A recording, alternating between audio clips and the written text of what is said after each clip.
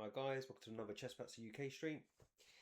This is British Chess Championship. Happens once a year. I always pay attention. I've got some friends who play in it. So the only thing about commentating on such things, which I'm going to do, apart from being rubbish at chess, we'll forget that for a second. But there can be quite a bit of time between moves. So where I am definitely going to focus on Mr. Simon Williams, the Ginger GM. I will also have a look at some of the other games. And by some of them, probably all of them. Well, all's a bit much. I have another screen where I'll be flicking through to see if I can find something interesting or not. There will be. There always is. Probably more so down to the middle of the table. It's quite funny. The top guys tend to be quite clinical at this stage, and for that reason can be a little bit boring. Though yesterday was a very interesting game. This was a 2200 against Luke McShane, and he played the Italian. And then the commentators were saying, "Oh, maybe he's going to play b4 Evans Gambit," and he didn't play the Evans Gambit. No, he did not. Played c3, knight f6. Hello. Is that out? And then played this. So takes, check. And normally, I mean, there's many lines here, but generally you block. Bishop d2 is the quiet one. Knight c3 is the one where you're trying to gambit some more. And he went there. I was like, we don't see that every day on top board. So there's definitely scope for different things happening on top boards, but it's rare. And ultimately, the guy did lose. But I'm sure Luke was like, what's going on? And just to prove something, it's not even that bad. You see the little bar here? So 0.5 difference. If you king on f1, I mean, why not? It's good stuff. The Chica Sun players, I just never have the nerve to play such a wacky thing against the top seed. I just enjoy your game. I mean, he did give a good fight. He didn't lose until much later on. But you put yourself in a position where the whole point of being white is that you actually get your first stab at keeping the initiative, and lots of players just give it up straight away. I don't really understand it. There's an argument that you give it up straight away because eventually you're going to lose it anyway. It's quite often lots of opening theory ends up being level. But yeah, this was a bit much for me. So anyway, that doesn't mean that's going to happen in this game. And of course, Simon will play d4. We know that already. The only other thing Simon might... Well, I say it's not fair, really, but he will play d4. But if he doesn't play d4, he will definitely go for c4. And if he doesn't play d4 or c4, he'll play something wacky like f4. But yeah, no, I'd imagine we'll see d4. And he could play the London system. He's got a Jabbar, the London system that he likes playing. Or he'll play... He'll play the... what's this? Stromposky, quite possibly. And there's some weird Raptor variation. He keeps saying it wrong in his videos, and I'd like him to one day watch one of my videos. And I say to him, it's not the Rapture, it's the Raptor, as in like the dinosaur. And he keeps saying Rapture. It's like that's when you're selected to go up to heaven or not. It's like it's quite a different thing. I'm just saying, Simon. I mean, come on. But yeah, I mean, obviously people know what he's going to play from like his online stuff, so it's possible to try and trick his opponent. I don't know much about Roland. I suspect he's quite strong. Maybe at 2000 in the first round, so he's not... Obviously, he's good, right? An FM means he was above 2300, though it does depend on country, which is quite weird in itself. But yeah, I mean, Simon traditionally... I mean, he should crush these people, but he just doesn't. Don't know why. Maybe a little bit of nerves, like Simon nearly messed up yesterday. He had a lovely, beautiful attack, and then yeah, it got a bit confused over here. I wonder if we've got time to go through it quickly. I guess we have time to go through it quickly. We've got ages. I'm going to go through it. Yes, we know Simon won, and yes, Black goes all the way. So yeah, played some really nice moves to finish his opponent off. Funny enough. Let's flip the board because we want to be Simon. Oops. Flip, I said. Oh, that's reload. Okay, there must be a flip button somewhere. Flip it. That's not me even being rude. Add to games collection. Not quite. Wow. Oh, hang on. Here we go. Flip. There we go. Now with Simon. And yeah, I don't know. So his opponent again, 2166. You'd imagine him to crush him, but it doesn't really go that way. I mean, it's symmetrical, and the thing is, if White just plays sensible stuff like developing and getting his pieces out, there's no quick win, you know, which is often why Simon plays a Dutch, because it's pretty much unbalanced from the start. So there is a chance that he will crush his opponent. In this kind of setup, which is like I don't even know what you would call this. It's almost like a King's Indian setup, but not really. Oh, the video started, so the main commentary is off and running. Go and stop that, just in case it interferes with my stream. You know, my stream's much better than the main one. I'll go into that later. Hang on. Yeah, that messed up my stream. I can see it, see? Sorry, I'm trying to fix it.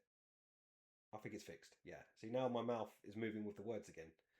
All because that video came on. It's like streaming is, if you haven't got like a studio behind you, you have to be very careful what extra stuff you put on. Like, I know if I put on the computer analysis at any point, it's going to go, I'm really upset with you. Your stream is rubbish. Anyway, so yeah, typical Simon trying to go for the old kingside attack. Rook's already in the right square, so that's why he's done that. If not, it gains space, which is also good. And it does briefly go really well for him, which you'll see in a second. And this is all still pretty standard. All White's developed. Black just needs the castle as well, which will come in a second. Oh, a little sneaky check. Why not? There we go. So now the battle starts, and it starts at level position. As you can see, the bar's 0.14, which is nothing between the two players. But it does get interesting. And Simon, and he said this a lot in his streams, he's very much on for the old flank attacks and taking space. And this in case is a I don't think I'm using the right word there, but this is a minority attack where you basically have 2 pawns against 3, and he's trying to soften them up. I mean, that is also to try and make this bishop better. If he can ever get a pawn here or here, he's laughing. Because White doesn't have the same thing with the white square bishops because they've been traded off. So the game goes on. As you can see, the battle's going to be on the queen. It's been decided, right? All the heavy pieces for White are on this side of the board. That's a really wonky arrow. That could be the beard. I've already had one. I'm going to have a few more. So back we go. Chance of maybe playing f5 as well. It's not like Simon just gives up on kingside attacks. In fact, because White's done this, you'd almost expect Simon to switch and go for the other side of the board. Spoilers, I'm not telling you what happens. You may have seen this game already. Hang on, I'm just waiting for the stream to... I think it's because I've just started the stream. I don't think it's quite caught itself up yet. Because I'm only on 30 FPS, which is really low. It should be able to cope with this. And it might be because the computer's on, so let's turn the computer off. Hang on a second. Yeah? Nope, still delayed. Give it a second, it's going to catch up. I've got to do this now before the main thing starts. But the other thing is you'll know when I switch the computer on. Because it'll literally do this. Like, stop it. I know you think I'm crazy, but this will settle and then I'll calm down and I'll carry on with this game because it's an interesting game. Okay, I think we're there. Maybe. So yeah, Simon, route 1. Why not? Let's go. Knight's already there. It's not coming back anytime soon. And as I say, at some point, perhaps f5. This is what the commentators were discussing at the time. So he comes back, defends, of course. And Simon continues his idea. At some point, he's trying to get... I think he's trying to get a pawn there, funny enough. I know he could go there straight away, but you'll see what I mean in a minute. He's got to do something about this bishop first to make this bishop good. Watch. Oh, this is frustrating. Maybe I'll turn the camera off and back on again. Bear with me. This will get better. Not the commentary so much, but at least the visual experience. Hello. Still I can see it's behind because it should be moving as I'm moving, and it's got like a half-second delay at the moment. Stop having a half-second delay. Stop it. He's still doing it. Attacking the bishop. If the bishop comes back, as I say, he'll get the bishop off the diagonal. So once the bishop leaves that diagonal, then this one's alive. As I say, in itself, probably not like winning, but it's a lot of space. So knight comes out, attacks the queen, attacks the pawn, defends f2. Simon stays near the action, defends the pawn, takes, and this was apparently oh man, let me try and do this stream thing. I might even start again because it's frustrating. I just want the stream just to. All I've got is a camera and a chessboard, and it's dragging. Oh, I'm not sure about this. So yeah, let's try again with the camera reset.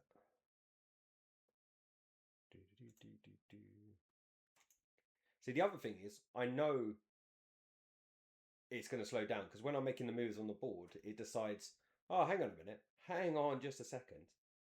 I'm going to make you wait a second. And as soon as it does that, it knocks the camera out. So let's put the camera back. Oh, it's nearly there. Yeah, so the point being in this position is you can't take because your queen's on pre. So this was a really good move to basically basically push, make someone push and maybe become unstable so that pawn can be taken later on. Obviously, you can't take the bishop, same reason. And commentators were still talking about f5 here, which I'm not sure it happens anytime soon. But there's a beautiful move coming up, which is why I want to show this one first before we go to the main event. And the main event, I might just restart the stream. So Simon's attacking the pawn, defending the rook. Okay, this pawn is free, but he can't take it because obviously it's the defense is there. So we just take the knight. So the queen comes in, defends everything, attacks the pawn again. What did he take? He took the d6 pawn, pinned the knight, pawn comes down, and this is a nice little interference move. I don't think he's ever going to queen because he doesn't defend this square, but it's just if he can ever just hold that pawn the whole time. And funny enough, later on when white gets his best chance to equalize, he should have sacked his rook for this pawn. It's kind of level at the moment, just to be again spoiler. But that pawn up move is simply just defend that pawn. This is attacking here clearly, so Simon reacts, defends the pawn from the side. And yeah, it's coming now. So I think computer said take this pawn. And it's like plus 1.5. These pawns are too strong. It's easy to get this rook back and involved. That's one of black's best pieces as well. I'm still debating about the stream reset. This is why you start streams early, so you can make a decision about whether it's working or not. Anyway, queen moves. He should have taken the pawn. Simon's manoeuvring to get this pawn in, which happens. And yeah, now you've got a problem here. See, there's a few problems, right? This square. King's not that happy. This king's much safer. He's got a nice pawn chain. Rook's good, bishop's good, knight can always come back if necessary. But that's not true for the white king. So the knight goes in. It's just trying to get in. Simple moves, just trying to get in, just to win. Typical Simon. So white felt like he had to give up the exchange. The beautiful move's coming, so you don't have to wait long. There it is. It's a free rook. You just take it. No troubles. Like, why is he giving away his rook for nothing? It's a little bit unusual, no? No? He's trying to deflect the queen, but what's the queen currently defending for him to want to do this move? Do you want me to tell you? Oh, that's no fun. I'm not telling you. Why is Simon giving up his rook for nothing?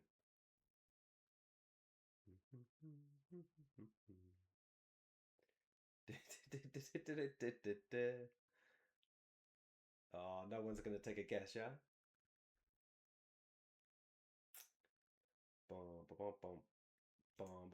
What is this square? That is the square he wants. Is that a tip? Tip from the top? YSI giving up the rook. And he's also threatening to take that one. His idea is just to go here and cause all sorts of trouble. So what happens if he takes? And then there's this check. It's quite a good check, right? So it's a beautiful offer of the rook. I don't even think there's a really good move here. I mean, is this the only move? And then you just take with the rook again. Attacking the queen. When you move the rook away. Probably just back. Is that mate? It might be mate. Maybe just go here. Because the check's on there. So that's a beautiful move by Simon, this one. The rook... rook b3. Double exclam. Which I think the computer did give him a double exclam for it. So beautiful move side. Nice one, sir. So his opponent saw that because his opponent's 2166 while I'm not. So he got the pawn, as I said, because that was the other target. Now the queen comes in, and that's it. GG. You can't get back to... Nothing can defend the rook. You can bring this one back, but then you're in trouble here. Or here. Probably both. Both. That one's better. Taking the rook's better because you're threatening mate there, and I don't think you can stop it. So yeah, so Simon's didn't keep the advantage through the whole game. His opponent did play very well, and as I said, his opponent at this point, I'll get there in a second. Yeah, the opponent at this point needed to just bite the bullet and just take. And the computer gives this. I thought it was higher when they showed it on commentary, but nearly +1. Because in your exchange down, it's because these all of this is too strong. It's easy to get stuff going again. These are just going to sit here waiting. Yeah, this knight in particular is just a beast. It's in beast mode. Probably going to lose that one too, or open your king. But obviously not losing. But yeah, big pawn for an exchange. Usually when you give the exchange, you're 1.5 behind. So the fact that you're 1 up here just shows you that the minor piece is going to win. So Simon in form, but main game. Is this the main game? Oh, we've started already. Okay, fine. Good. We've got some moves as well, which is nice. I'm going to grab a beer, but let's go through the opening moves. I'm going to turn off the computer.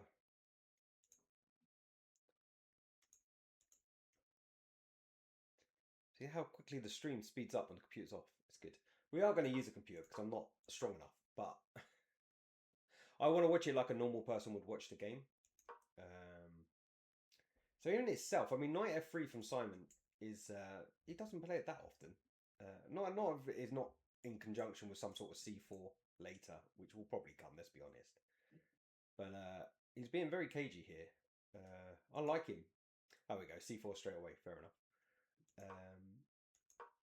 And then yeah, it's not going to be in English because he's going to play d4 as well. So it's like a Queen's Gambit declined. And traded early. I mean, they say keep the tension, but I mean, he's a grandmaster, so I'm not going to double take him. This will be book anyway. And this is an interesting idea, actually. You get this sometimes in... there's this weird French exchange. Not French exchange, but a French variation where they get an early pawn here, but ultimately you get this check, and it's quite hard to maintain these 2 pawns, which we shall see.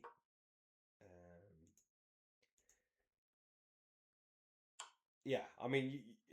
He played it before I could talk about it, but yeah, you have to take, I guess, because otherwise, what are you doing? You're just going to come back again? What was the point of doing the check in the first place? So he's basically trying to say that he's going to stick. Well, I'm not actually sure because usually you don't keep your bad bishop. This is his bad bishop at the moment because he's got a lot of pawns on dark squares. That doesn't mean he can't just play b3 and stick the pawn on b2. But you'd imagine he's going to play d4 at some point, so unsure where that one's going to go eventually. But this is partially why I don't play d4, because everything becomes clear a lot later on. Like we play e4, it's almost move for move. Like you go here because he's gone there, you have to go there because he goes there. So I find, like, personally, e4 is a bit easier to learn from opening sides, whereas d4 is a bit more strategic. And yeah, you have to understand that your bishop's not bad. Just looking at this flatly, I would say black's pieces are easier to get out. Like whichever way he's going to take, I don't know. It's got choices, right? And in bishop here or bishop here, and knight's going to be here or here, and just castle. White doesn't have a bishop pair either. You've got a nice center. It's hard for me to say that black is worse, but I'm sure it's like probably 0.5 advantage for white, because it's just the way these openings are. Right, I'm going to just quickly grab a beer and I'll be back. You probably would have played at least another move. I don't understand why the recapture isn't quick, because you're only considering 2 moves here. You're definitely not considering this one, because you'll lose this pawn. It's the main defender. And if I was going to put a guess, punt, I don't know. There's mileage for queen takes, because I think knight c6 is a little bit better, because you're putting some pressure here. So if d4 ever does come, at least you've got another piece. The downside of taking with the queen is you can't get your queen to b6, which is another way of striking to the center, which is why maybe he will go knight here and then queen b6 perhaps. But yeah, I think personally I quite like black already. That's not me being anti-side, because I love the guy. So obviously I hope he'll get an edge out of this somehow. But it'd be interesting. I'll learn something. I think that's why you play chess, or you should be. Anyway, grabbing a beer. I'll be back.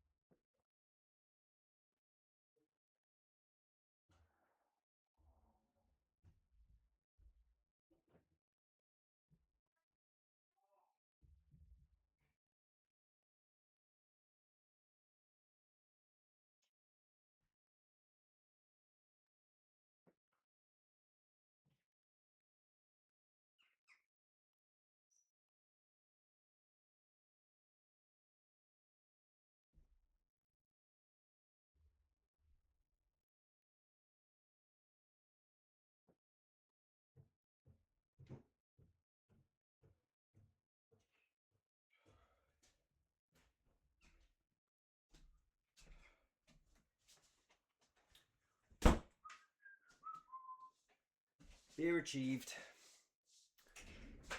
Yeah, so I saw he took with the knight as I left. Well, it's nice and cold, straight from the freezer. Right, can we fix this frame rate thing? I fixed this up. Okay, good. Stupid stream, just work. Yeah, so Patson looks at this, he says castle, he says this bishop is bad, as I mentioned before. I'm not convinced that d3 is a good idea. I don't think the bishop wants to live on d2. I'm just thinking d3, 4, but why? You wouldn't have played this out in the first place. So yeah, maybe this. And I'm just concerned that this might, if he can hold this, I guess his knight's not on c6, so he can't. So yeah, I think Simon's going for some sort of weird, is this I want to say it's a collie, but it's not really. Yeah, some idea with b3, bishop b2, castling. But I don't know how you put pressure. And if your answer is at some point d4, you have to worry about perhaps c4 maybe? Because otherwise your bishop's going to be stuck there forever. And I don't know, does the bishop belong on a3 perhaps? I mean, it could happen. Maybe some sort of b6. I don't know. There's a lot to go on in this game, right? So I think it may be our first dig into the other games. So let me open another window and see what's interesting. If anything is interesting. Such lies. There will definitely be interesting games. It's just whether the top games will be interesting or not is the key. Just get into the games. Hang on, bear with. Events, British Championship. It's going a bit slow because there's a video going for the British Championship. I need to stop it. Stop. And let's have a quick look.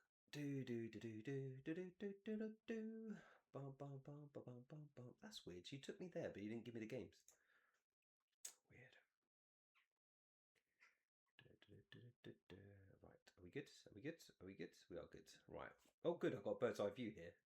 Oh, I wonder if I could do the same. I don't really want to mess up the main stream, but I had a bird's eye view. So let's see if I can games. Yeah, that's what I want. Yeah. Then I don't have to have too many screens open. So we've got a bit of a bird's eye view. Okay, you can't really see the games on this side, but I can make this a little bit bigger for the interim. Hang on, not that. Stupid. Leave that one alone. You want this one. And just because my face isn't that important in this case, we can bring the other balls. There we go. Look at that. Look at that. Professional. So what we've got going on, right? Peter Wells, old school. He is playing some sort of hedgehog against the Mokrazi Bind of Luke McShane. That just sounds awful. You don't want to play Luke McShane in the position where you don't really have any breaks. How's Mickey doing? Mickey is looking to maybe hold on to this pawn that he's nabbed. Is a Catalan. I mean, that could be quite interesting, actually. I do struggle on the black side of the Catalan, so maybe we'll have a look at that in a second. Shiraz has gone crazy. What? Did the King safety much? We're definitely looking at that game. That's insane. What is going on there? Harry Greaves, also excellent player. Anybody who's on the top 4 or 5 boards is obviously going to be very, very strong. It's kind of a weird position as well. I don't even recognise his opening at all from Jude. But again, that could be something to look at. Just seeing if there's anything like wacky, like a King's Gambit that we can just get stuck into straight away, though. Honestly, the Shiraz game is definitely calling me. Seeing anything outrageous, and you probably shouldn't see too much. Oh, this would be a good game to see. John Pigott against Peter Robertson, just because it's a French, and I'm always looking for ideas to play against the French, and it's part of why, you should give these big tournaments a look. Like, people don't think the British Championship's that big, but it is. It's big in this country. Some really, really, really strong players, like tactically, etc. So and they will cover literally all your openings. So you just got to find a top player, anybody who's 2000 plus playing your opening, and you'll learn something. Hitchin against Jack Rudd. I suspect Jack Rudd will end up with more time on his clock. That's what happened in this first round. Doesn't look interesting though, not yet. See, a lot of these games will be slow burners. Even Simon's game, like I say, I mean, I don't really understand D4 openings too much, so it's interesting. This is Simon-esque game. The pawns are in slightly different places. There's a pawn on E3 here. Bishop's not fianchettoed, obviously. Or is it? I can't even remember now. Where's Sai's game? Sai. No, he hasn't fianchettoed. They swapped off light square bishops over here. Of course they did. Sorry. I'm not seeing any King's Gambits, which I obviously wasn't really expecting. But this one's quite interesting, though. Suraj, he's gone for it against Stephen Gordon, who's a decent grandmaster. Because those grandmasters that aren't decent, yeah, don't watch those. So I like that. He's gone for him, and that's exactly what I feel like you should do against these kinds of players. If you just let them like gradually maneuver and outplay you, you're not even going to get a chance. Stanley's a cool guy. I like him. He beat me. Well, lots of people beat me, but he beat me. I was 3 pawns up in a rapid play, and gold was green, and he won. I was like, and this was before he really jumped on. Like, literally, he was one of those COVID kids that just like flew up the rankings. I like him. He's got funky hair as well, like massive afro. Well, not always, but he can do. And I think Bogdana should be down here somewhere, because she, funny enough, drew yesterday, which was a bit of a shock because she was only playing a 2100. But I mean, 2100s are good. Still looking, still looking. I mean, it's good. The good news is there's definitely some interesting games up top. I just don't know. It'd just be fun to see. I'm just looking really fast. If anyone's gone completely wacky already, I guess it will happen in later rounds. But anyway, let's have a quick look at the Shiraz game because that one is what is going on here. I mean, let me adjust the board again. We just adjust back. So see, if I was actually good at this, I would have done it. I would have done a scene. A scene. What am I trying to say? Oh, stop it! It's these two keys, I think. A double scene, so like a bird's eye view scene, like here, and then a nice one where I'm actually talking about the game. But that's yeah. You don't come to this stream for expertise in the streaming world. You come here to watch me talk a load of rubbish. Right, so let's get to the beginning of this because this looks kind of insane, and the fact that it comes from a Caro-Kann like shocks me. Like I don't think I've ever seen a Caro-Kann with what you're going to see in about 6 moves, 7 moves time. And again, I play E4 and I play against Caro-Kann and I play the classical. I generally Yuri Cheskovica, how you doing, sir? But I just the position's nuts. I can only imagine it's the fancy variation, but fancy variation is pawn on f3, so there's going to be a pawn here. Okay, so it's the advanced variation. Fine. Funny enough, if you do want to beat the Caro-Kann, this is the kind of thing you need to play, and there's all sorts of sacrifices with e6, etc. Early e6s, and you try to get them to take with a pawn, and then it's quite hard to develop the dark square bishop and the light square bishop, but obviously black's looking out for that. Doesn't mean you won't catch them. But yeah, this... Okay, so this is like a old main line. It's like a Shirov attack, I want to say. I looked at it once upon a time. It was too complicated. Couldn't remember any of it. Went, you know what? I'll stick to the basic knight c3. I think it's the easiest one to remember because a lot of it's forcing. Well, this stuff you have to actually know some move order stuff, and I don't. So okay, so we're gonna... I understand now how the king got so exposed. There we go. Ah, e6. It's like I've seen it before, but I didn't know you could play it here. So completely ignored, fair enough. And this is the downside of what you're going to see in a minute is the dark squares around White's king can become quite loose. So this is going to be an interesting game. Develop. Yeah, here we go. This is where I saw it from the bird's eye view. And it seems crazy, right? Because the king doesn't really have anywhere to castle yet, because there's a lot of pieces in the way. I'm not sure you want to castle this way anyway. But the point being, there's no development, because these are all sitting at home. King's not safe. Okay, black's still got a couple of pieces to go. Maybe he doesn't want to play e6, because obviously the bishop, where does it go afterwards? But just castles, maybe? I don't know, some sort of h5. Start plugging away at these two. I would honestly argue that... I mean, Andrew Ledger is obviously they're all legends, bless him. I met him down in Hastings, and he's one of the early IM people that I actually spoke to, and I was telling him I was at Coulston Chess Club, and I was saying to him, did I say I met him down in Hastings, but I spoke to him at Coulston. There we go, that makes more sense. And I was complaining about playing against the French and having no ideas, and his answer was, "I'll just play the Exchange French." And I was like, "Oh, okay, yeah, that's right. You do actually avoid a lot of stuff." And at my level, I was like 100 ECF, which is old school and terrible. It did a big difference to me because psychologically, I didn't go, "Oh no, I'm playing against the French." And you know, you got to find an opening that or a variation that you're happy to play against all the openings, because your opponent will dictate which opening you play. So you need to have a line that you're happy with. And at that time, it was just nice to know, oh, good, I can just exchange. And yeah, he was right. It's a level game, but ultimately the French player doesn't get his usual all build up against the D pawn. You know, the old queen here, pawns here, blah, blah, blah. Just everything pointing this way. Because you've exchanged and there's nothing to do then. It's just get your pieces out and try and outplay your opponent.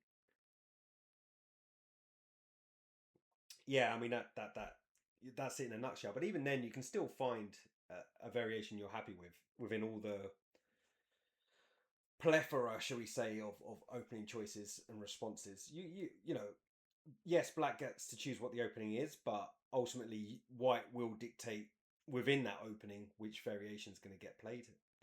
So you do get some control on it. And nowadays, like with computers, like most lines that have been told, like days gone by, when it was basically the ECO, the Encyclopedia of Chess Openings, they almost anything's playable. There's just means and ways, and that's lovely. I like that. I like that. Unfortunately, a lot of the openings are level, but there's a lot of choice and a lot of ways to go wrong still, and especially people at our level. Very exciting still opening plays. But anyway, back to this. And the only other thing about Andrew Ledger, he also gave me 3 moves. Obviously, if he gives me 4 moves, I checkmate him. But he gave me 3 moves at the beginning of the game, still won easily. I was like, all right, yeah. I am's quite good at chess. Yeah, exactly. I mean, and they've made prep as marketable as they can, right, with Chessable and everything else. So they have made it well a money generator, and ultimately the easier it is for you to pigeon moves, the better, right? Because you will hold a strong player for a long time, but eventually you are going to have to know how to play chess. So it's a bit of a cut and thrust, and even then you're picking. This is quite fun. And a lot of it will be ideas from top players, of course, but you're picking a position that you like and feel comfortable in. Eventually, you're going to run out of moves. I mean, you're not a computer. You're not going to remember everything all the time. And if someone just plays like, I don't know, A3 or A4 or H3 or H4 on move 1, or just something weird like C3 on move 1, you're not going to have any book. You're not. I mean, you're going to go, oh, yeah, okay, well, I'm suddenly white, so I can try and play a white opening here. But you know, ultimately, you're instantly not following a procedure. So yeah, I think there's a lot to be said for knowing your openings, but also at the end of the day, you need to know how to play chess. Because I know a lot of openings. I'm terrible at chess. So anyway, back to this one, and yeah, like I said, I kind of like black. I mean, I'm preordained to like black because the amount of times I struggle on the white sides of these positions. But something like H5, all right, straight away, fine. Because yeah, you don't really want to push again because then you're making all holes on your light squares. This pawn's a lovely little anchor for various pieces, in fact. So already, like I say, I mean, I'm sure White's probably still better because it's too early, and Shiraz is no mug at all. He knows his openings, which is probably why he's gone for this because there may be some hole at the back of it, and he's just got it already. He knows move 17, he's going to win. So yeah, so the hole's created, but at least the knight now can't come into the square that it may want to go. But yeah, like I say, maybe improving the bishop isn't so difficult now. But you still have to at some point decide what he's going to do with the dark square bishop. I wouldn't be shocked to see this move either, but even that sort of runs into pre-attackish positions. I'm trying to see other ways of getting there. There's like some long route that you can go this way as well, perhaps with the knight. Yeah, I mean, that's fair too. I mean, C3 used to be the old school. Oh, we're actually up to the game position there. That's interesting. C3 used to be the anti-computer move because obviously since Deep Blue beat Kasparov,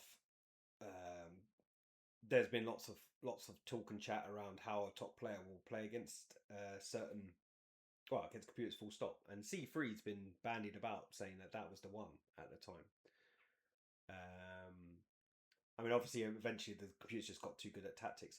But even then, like Kasparov, there's arguments that he wasn't the right guy to be playing against the best computer at the time because of his style. His style is too tactical, and a computer eventually is going to just be better at tactics. So there's like other like David Bronstein was a really good anti-computer player because he just squeezed the life out of the position and the computer just didn't know what to do and just got like tangled up in its own mess and stuff. So he was actually, if you were going to put at the time a player to play against Deep Blue, there was other grandmasters basically. But of course Kasparov's got the name, right? He was world champion, etc. And up to that point, no world champion had lost to a computer. Blah blah blah. So all Black's done there is he's just improved his bishop, right? He had 2 ways of doing it. this way, at least he can still push the pawn and get the bishop out this way or the knight out this way. He does have a problem with space. That is what these 2 pawns are doing. So ultimately, there's definitely problems for black. But in the long term, if he does somehow get through these pawns, then yeah, I would worry about the king and the lack of development. But yeah, I mean, it very much... That's the other thing about putting the bishop on this line. Remember I was saying here and here is a bit slow. This is also aimed at the queen side. It does look like white's going to go that way. I don't know if black can stay there. I don't know. Maybe the king dives across and we start seeing the pawn storm. Very hard to say at this stage. Very early. So let's go back to the main overview. But an interesting game. We're definitely going to be floating between that one and Simon's. Let's get this big again. There we go. Right. Yeah, as I say, the Peter Wells Luke Lachey one we're probably not going to look at, because for me that's just white winning in like 40 moves.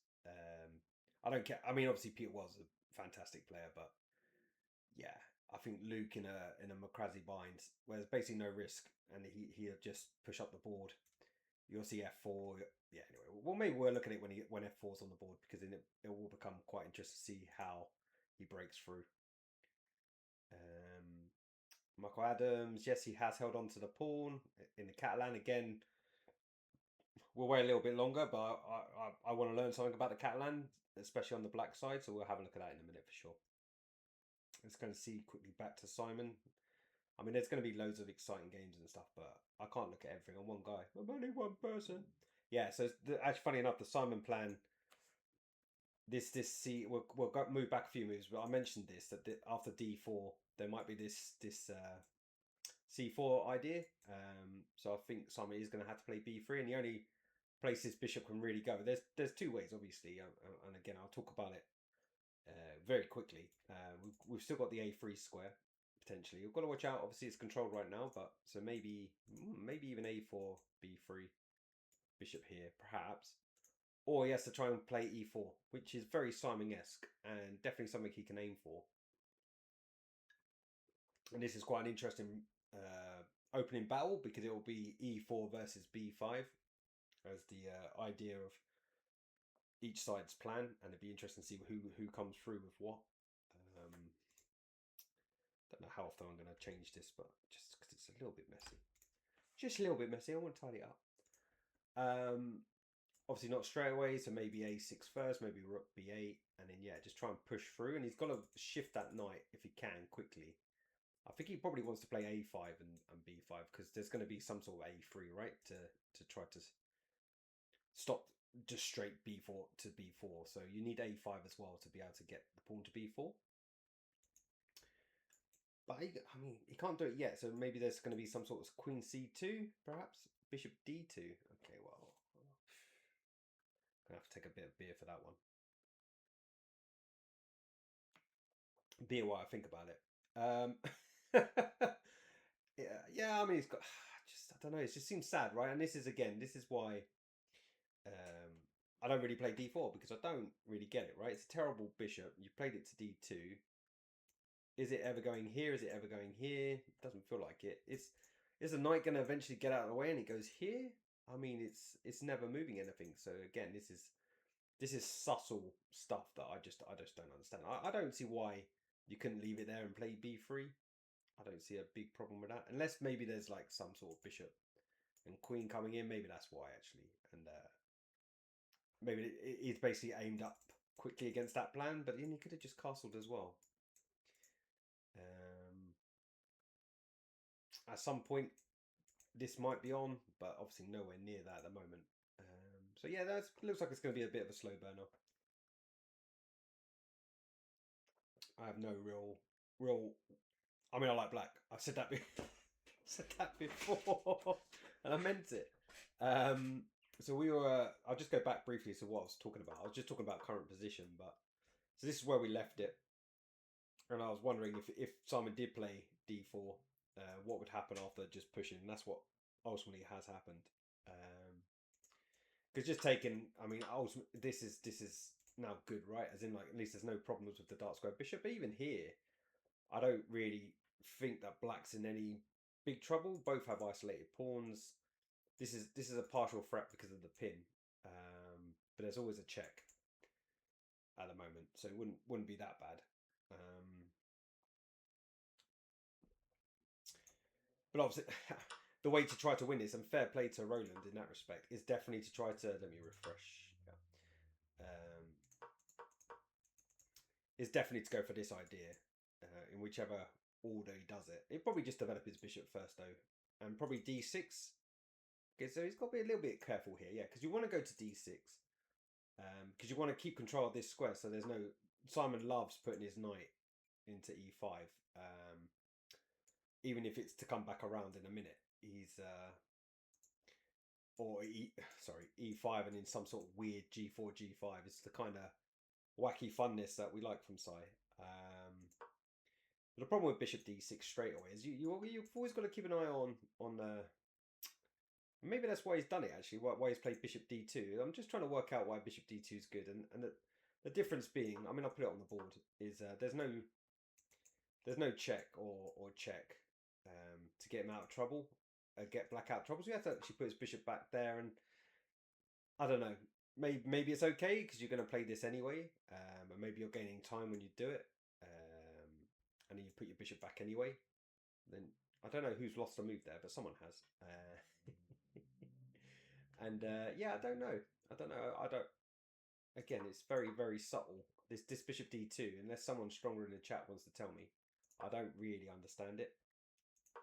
But black has got on with the beginning of the plan of pushing, and all I was thinking is a3 does stop this, as in like b5 and b4. You do need a5, so again, I'm not strong enough to necessarily say why this would be worse. Maybe it's because you give away this square, which means why play a6 straight away? Why not play rook here? Because you don't really care if knight comes here, because then you play this, and then the knight has to go back.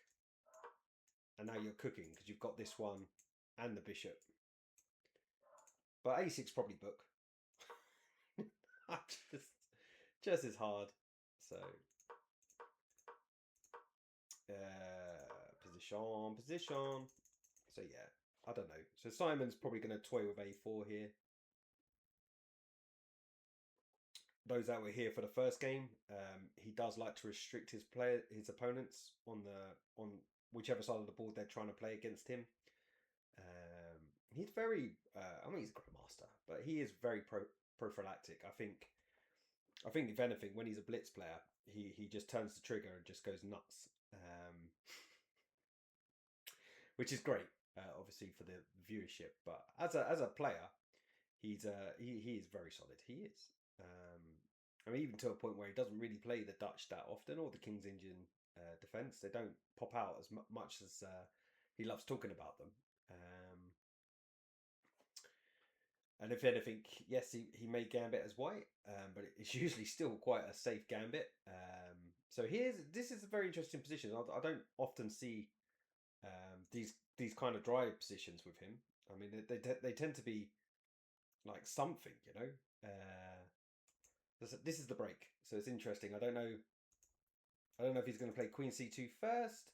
Then this is how I suspect it might go. Say this kind of thing happens, and it is how quick is he? Does this work straight away?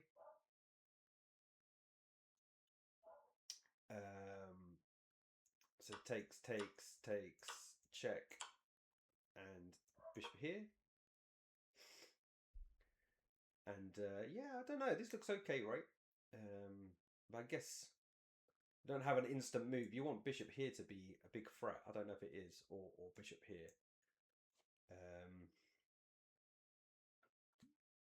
Maybe this one, because the queen can't get out with check. So maybe this is a little bit tasty, because then obviously black can't castle because you're losing a bishop. Be a little bit careful with this one too, though. I guess we can kick straight away. Maybe there's nothing. He says that, but then isn't it, this check's kind of annoying because he can't block with a queen because we take the rook, so the knight comes back again, and then we actually are taking there. Actually, this is actually quite good. Because if king takes in, the king looks stupid. If the queen takes, it's with check. Okay, fine. I was going to say, otherwise things are really falling apart.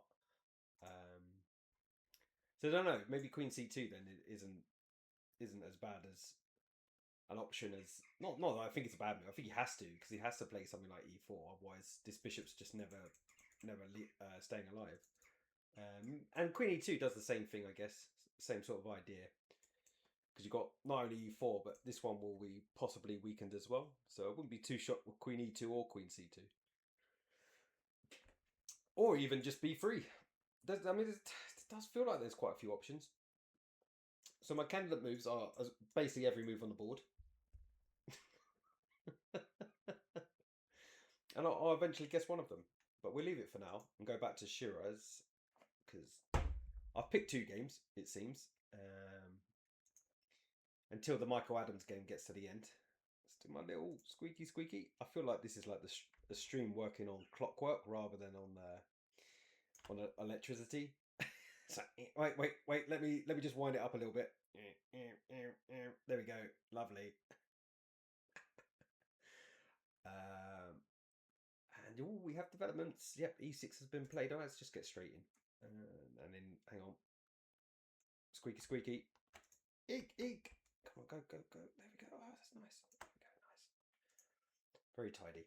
Okay, so e6 got played, and so did knight f3. So we stopped that bishop here, which happened, obviously. And I drew a load of lines, because who does commentary about doing loads of lines? I don't know what to do with my hands. So he went knight here, I believe. Yep. And is he going there, though? That is part of the question, I guess. And if he trades, which pawn is he going to take with? Obviously, he shouldn't just put his knight there. He should get all his other pieces out. I don't know which way around he's going to do it. I actually quite like bishop d3. Because in a lot of Caro-Kanns, these 2 bishops do trade each other off. And ultimately, if the queen's there, perhaps we'll look in here. That's why this queen on d6 is actually doing quite a good job. And why the Caro-Kann in general is just a beast. A beast of the opening. Choices. Why am I not playing in the open? Well, that's because they're quite good at chess. I will one day. Everybody deserves to get their arse handed to them at the British Championship. At least once in your life. I mean, come on. Oh, you've actually written quite a bit. Sorry, Cheska Bits. I've just sort of switched off the chat because I was so fascinated by what's going on. So you're also saying Queen's Bishop's getting trapped in its own pawns is common. See, that's it. I mean, happens in the French from the black side, but you're white, right? So this is why London's popular. Oh, you looked this up. Nice. Because the London is popular as well as a Richard Veresev attack. Yeah, Tromposky. Yeah, that makes sense. Yeah, just get that bishop out early. But there must be, like I say, I don't quite understand it, but there must be a reason. Hang on, I've got a visitor. Hello. What do you want? Why are you talking? Well, I'm talking because I'm looking at the chess. How many points you got? I haven't got any. I'm watching people play. Oh, I thought you played. No, not play. Alright, thank you for the visit. I'll talk to you later. Why are they not going? Because it's slow chess. It takes time. Bye. I just see. No. Bye. Because it's for grown-ups. Go away. Bless. Got a heckler. I mean, the last 6 years of streaming, he just pops up and makes noises. It's just... Anyway, so e6, yeah, makes sense. Obviously, we want to get the bishop out, the knight out. Not sure which way he's going to put stuff, actually. I guess the knight, right? Because otherwise the knight's never getting out. And then the question is the knight sitting here? And I guess it is, right? That looks like an okay place. Put some pressure. Maybe here as well, so there's no, like,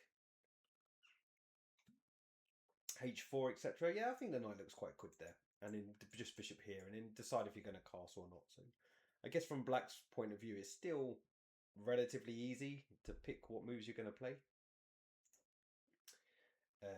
And then you could probably, look, I'm not being funny, he's probably got a strategy after that because he's an IM. But from a Patzer's point of view, that would be all my pieces out. And then I'd go, right, now I've got all my pieces out. What can I play? And that's the last move. I think e6 so far. Yeah, fine. So I suspect some sort of developing move. I wouldn't be shocked with bishop here. Or bishop e3. One of those two. Queen up, castles. That's what I see.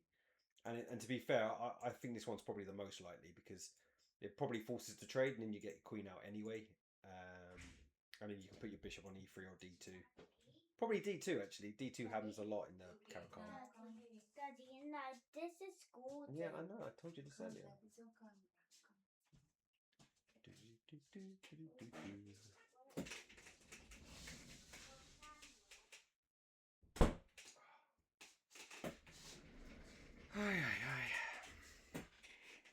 So, we're still waiting on that game. So let's go and have a look at the other games.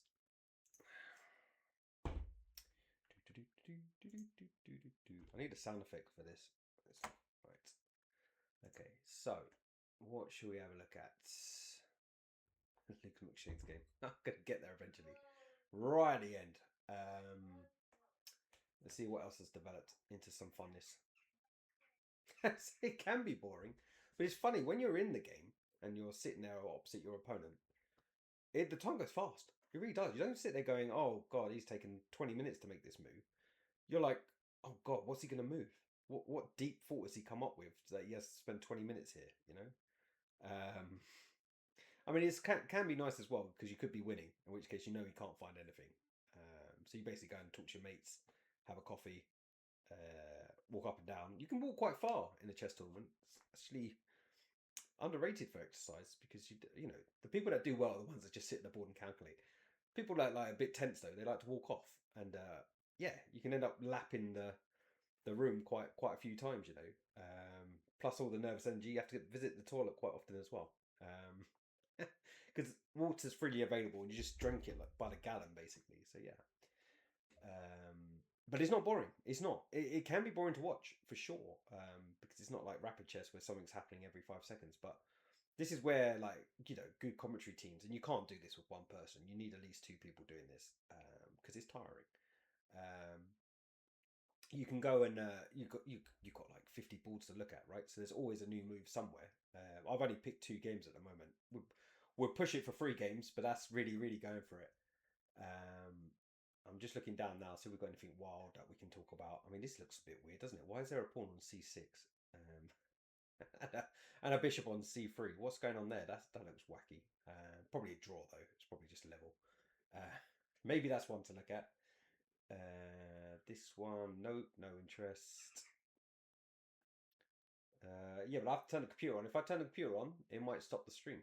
No, I can't have it always, it seems. Which I have got the computer off, I think. Yeah, I have. Only active games on. Yeah, I don't think. Where's my computer option? I mean, it's good if I can't find it because I don't really want to put it on. If we can't see a board that looks alarmingly lopsided, then that's on us, right? So we need to find that. And it will be eventually on the 2 games that we're focusing on. But at the moment, let's have a look down. It all looks pretty good. I mean, Richard Pert, he's known to be quite aggressive, but he's on the black side today, so we'll give it not a skip. I mean, it's obviously he's trying to get some active play on the queen side over here, but I don't know. I just want to see some sort of king side attack somewhere. And we did see one earlier. There's an Indian kid against Stephen Gordon. That might be the one to look at. I'm just looking to see if there's anything else. There's a lot of queenside action going on, which, you know, is another way to win chess games. Not everything is all. Here we go. Look, it looks fun. There's a knight on e6 somehow. Let's have a look at this game. This game looks like what you should always do as the weaker player, and that is literally go for your opponent. His opponent is 2500. Well, it's 2429, but he's been. I don't know if he got to 2600, but he's definitely been 2550 because you have to be a grandmaster. But yeah, he's always been good. He just doesn't play all the time, so I don't know how he is rustiness wise. Old Stephen. But yeah, let's have a look. This looks like it was some sort of Grand Prix attack. So yeah, close Sicilian, but he gets f4 in fairly early. There we go. So this is what I was saying about, you know, this is nice and aggressive. I mean, black hasn't castled yet, so in itself, it's not like terrifying for black at all. But everything's pointing in the right ways. So, you know, any takes could benefit both sides. Funny enough, it's one of those. So if black takes here, okay, yes, white does get a really strong centre. Maybe it's better for white, but it would give black at least a long diagonal. Some point, black wants to play something like this. I don't know if it wants a5 in conjunction with all this as well. I mean, that's the whole point of sticking your bishop there. And while you've got a pawn there, you've got the option. So whether Mr. GM himself judges it the right moment or not, we'll come to that. So let's see a couple more moves. Development's good. There's a lot of lines where black sacrifices a pawn here. But usually the king's castled in said lines. So I don't know if he's going to do it straight away. Probably not. Let's be honest. He's traded. Fine. And again, yeah, interesting idea. Choice, sorry, of taking back. If you take back with the pawn, you're really stopping any sort of d4 break. Downsides are your dark square bishop's probably not going to come alive anytime soon, though you could stick a knight in there and maybe just argue the bishop could maybe live on this square, possibly. It's nice and attacking. I don't know where you go from that afterwards, but we'll have to see what Stephen thinks. Oh yeah, actually, very good point. Taking here, there is a pawn on pre, so don't do that. So, I mean, I would be ruling out this move just for the fact that you're blocking in your dark square bishop, let alone the tactical reason of actually losing a pawn. But even though it's still tricky, I mean, I guess you take with the bishop because you just want to keep this square under control. The knight's already controlling it. Pawn's already controlling it. Yeah, I'd be shocked if it isn't. Oh, actually, he does take with a knight. Ah, funny. I guess there's no... I mean, maybe he's looking at this square as well. I mean, this is the fun of Grandmaster Chess. They tend to play things in the right order. So he's got lots of options of what he may want to put on g4 there. I'm trying to think of other reasons why you take with a knight and not care about this square. I mean, maybe, just maybe, white's never playing d4. But it looks nice if you can get away with it. Maybe that allows knight into here, actually. Yeah, no, this is interesting. You take first. No, I don't know. I don't know if you would take first. Well, I doubt he plays d4, but it's definitely something to consider. What I'm trying to bang on about is that you've got a lot of pressure potentially down on this particular pawn. So yeah, no, I like this knight takes, actually. No, it's grown on me. It's funny that. I like the Grandmaster's move. And the reason I was like trying to take with a bishop is because I'm too scared. Literally, like, it's great, right? Does it? And I can't castle now, actually. So this might be the other reason why you don't take with a bishop, because if I castle, you can just take on h6. But I like the bishop here because we've completely nailed down this particular square for a piece at some point. Maybe knight down, knight in, or the bishop straight in, get rid of the bishops. That technically is white's good bishop, though you could argue that is also black's good bishop. So interesting trade. I don't know, I just like pieces pointing at kings. I mean, this is never happening. This is the difference between me playing on my stream versus players that can actually play chess. So yeah, so I would be thinking stuff like that. But yeah, I can see why knight takes looks very reasonable. So knight comes in, attacks the bishop. I think we saw this because we're going to see knight takes e6 in a minute. Straight away, in fact. Cool. So the battle lines have been drawn on this one. It's quite interesting. White has the bishop pair. Where is it, big boy? No. No, baby, I'm playing chess, okay? You don't need to be here, okay? He just wants to be on camera. I think he's going to be like a child star or something. I don't know. As long as he earns me loads of money, I accept.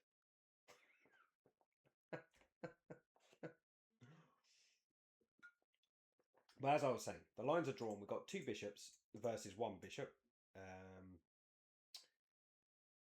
This bishop's got loads of potential, so it is a very, very, very good piece. Black can still castle this way. He's got enough defense at the moment. There will be some sort of queen d2 to stop this in a minute. Black still has options to get something into g4. Probably not the queen, but maybe the queen. I don't know. Yeah, it's hard to judge. I think this is like beginners players where we struggle the most. is I don't know how good this pawn structure is. I couldn't tell you.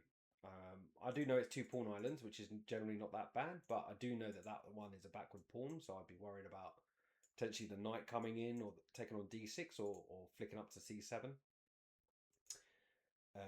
Which is why a6 will probably get played at some point just to stop that. But even then, the knight may have a route in this way, right? So that makes this knight important that it stays where it's staying at the moment.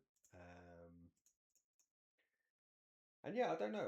I find this position hard to judge who's actually better. So we're going to let them fight out and find out later. So we're going to flick back to who are we looking at first? I think it was Simon, right? So let's go back to Simon's game. Simon, come on, Simon. You can win. You are Simon Williams. Bogdana's there as well. I might have to have a look at her game because, she's basically class. She's going to be the best player in this country by a country mile. Don't know if she'll be as good as Mickey and Nigel Shaw, but she's already better than Judith Polgar. And I think she was better than both of those two players. So it'd be very interesting. She's quite an argument, actually. Yeah, is Judith better than Michael Adams? She's definitely better than Nigel Shaw. So yeah, that's one for the purists to fight out against each other. Now, where am I going? I'm going back up because Simon is not on my low board. Simon is way up here somewhere. There he is. Okay, so we've got another move. Yeah, see, I can't judge this. It's quite funny.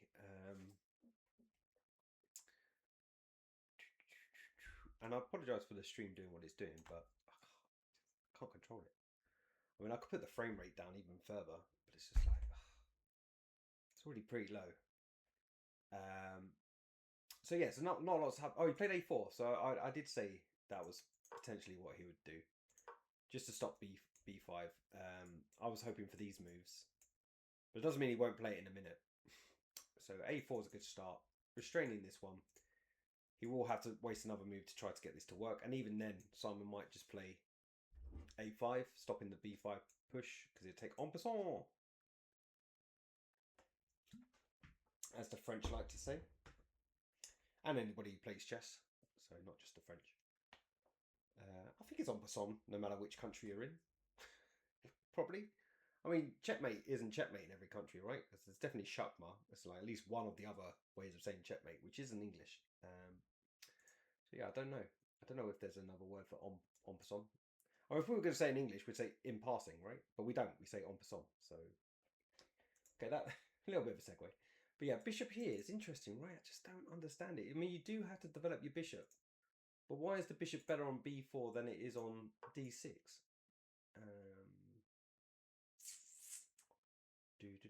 You know, it could be like some really like subtle thing. Well, maybe he just wants to take the knight just to stop e4. I mean, that would make a lot of sense. Considering what I've been talking about, his plan to do this and this. If you just take there, then there's no e4 ever, right? And the knight's going to sit in. The other knight's going to sit in. So actually, bishop b4 does actually make a lot of sense. It's just, from my point of view as a patzer, basically, I just like stuff pointing at my opponent's king. And maybe it's just nothing, and it's just superficial, and that's why I'll never make it.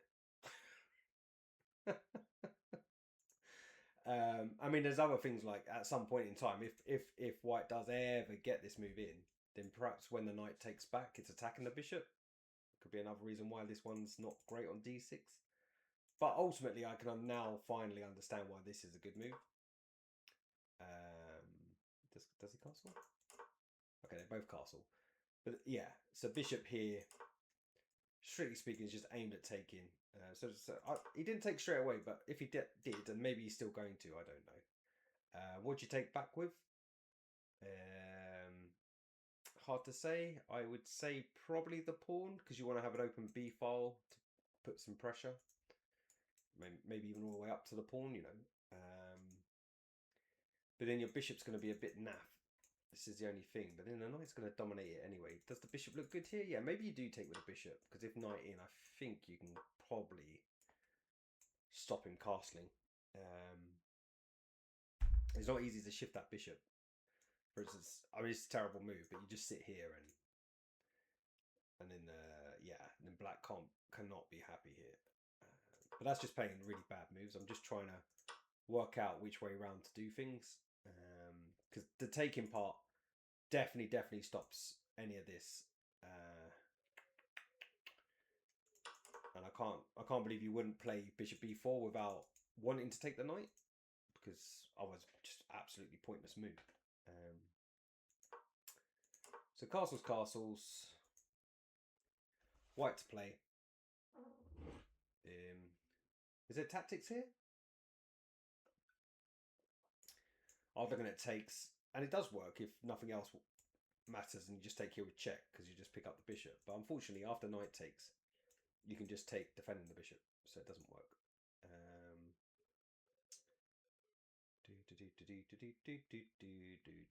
Simon's definitely playing this move at some point. I just don't know when. If it was my move as white now, what are my candidate moves here? Do we still pretend we're going to do this and force the exchange? Because I think he's going to do it anyway. I don't think we need to make him do this. Maybe rookie, well, the same idea of rook e1 and then try to push the pawn this way. That could well be a route forward. We've still got queen e2. Queen e2 is not horrible. As I say, it puts some, especially now we can at least do something about this pawn here. We place b5. So queen e2 again. The only downside of queen e2 is I'm not too happy about lining up rooks and queens. I think I've said that in literally every single one of my streams. So yeah, possibly just rook e1. Yeah, and then just see what. I mean, there's even an opportunity you could probably offer the bishop. I don't know. Because you would want to trade bishops, because that one is slightly better than this one. Because as we've talked about, it's got a little bit of a prisoner complex. So yeah, so maybe even knight e2. Knight e2 with the idea of maybe bringing the knight over this way. It's not a terrible knight over there on f5. So yeah, there's options. It's just the problem is you're also swapping off pieces. And the more pieces you swap off, the less attack you've got. And I'll caveat that with, it's unusual for Simon not to be a pawn down by now. So maybe it doesn't matter.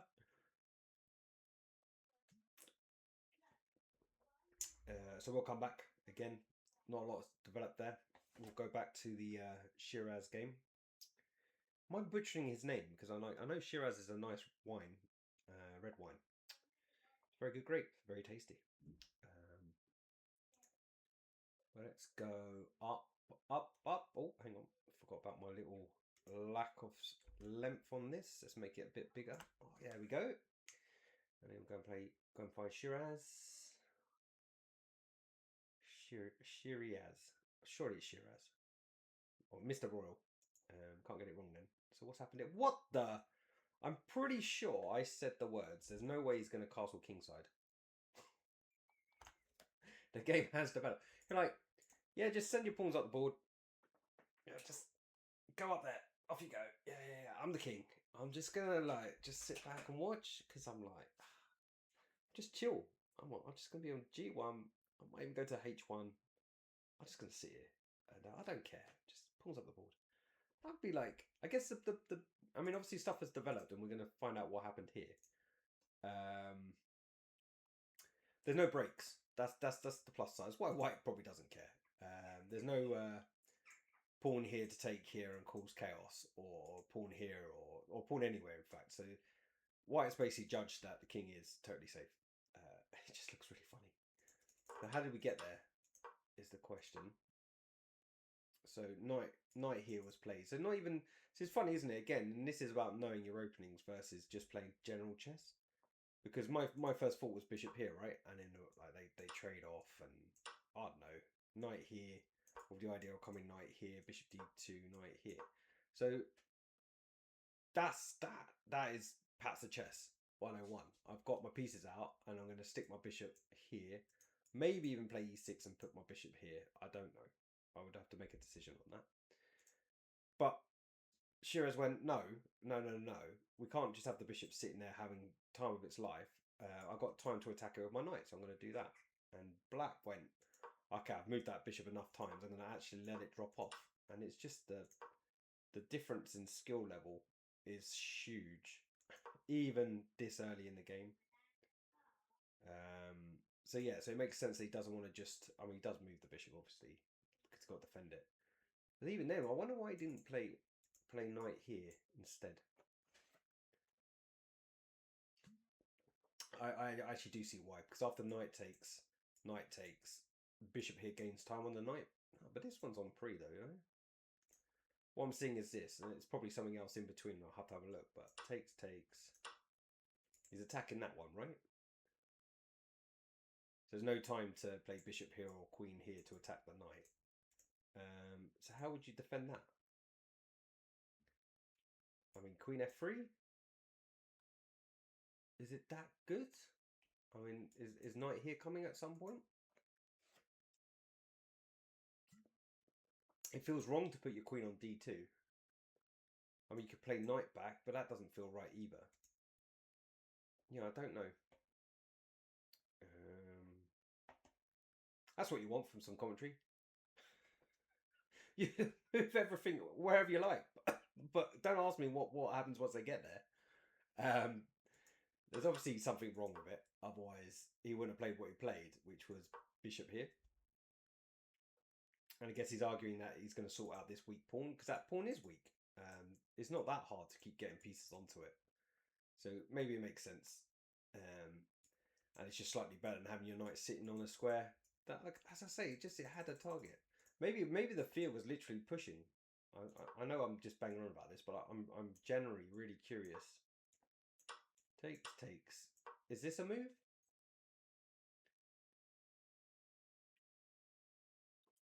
Because it looks like it might be, right? So you have to take.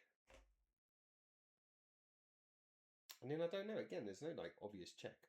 I'm gonna pretend that was great because maybe I just gave a pawn away for nothing. This check, I imagine you unfortunately all the queens come off, so and then you're pawn down. So yeah, it's not that. So yeah, I don't know. But seeing as it's still early in the game, I suspect it's book. So we're just gonna say book.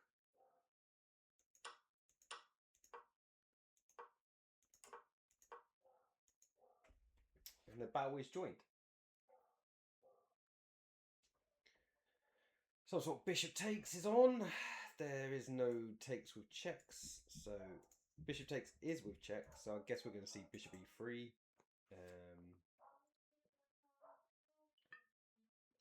Otherwise, he has to just move the bishop again to defend this way. We can throw the check in first. I don't know if that's good or bad. Block with that one. And then castle. I don't know. It's just hard to say. Again, a bit like in the Simon game. It's a bit hard to say whether this dark square bishop's actually any good. Because it's even if it's sat there, it's still a giant pawn, right? And on the flip of that, I don't know, black still seems to have some sort of break, right?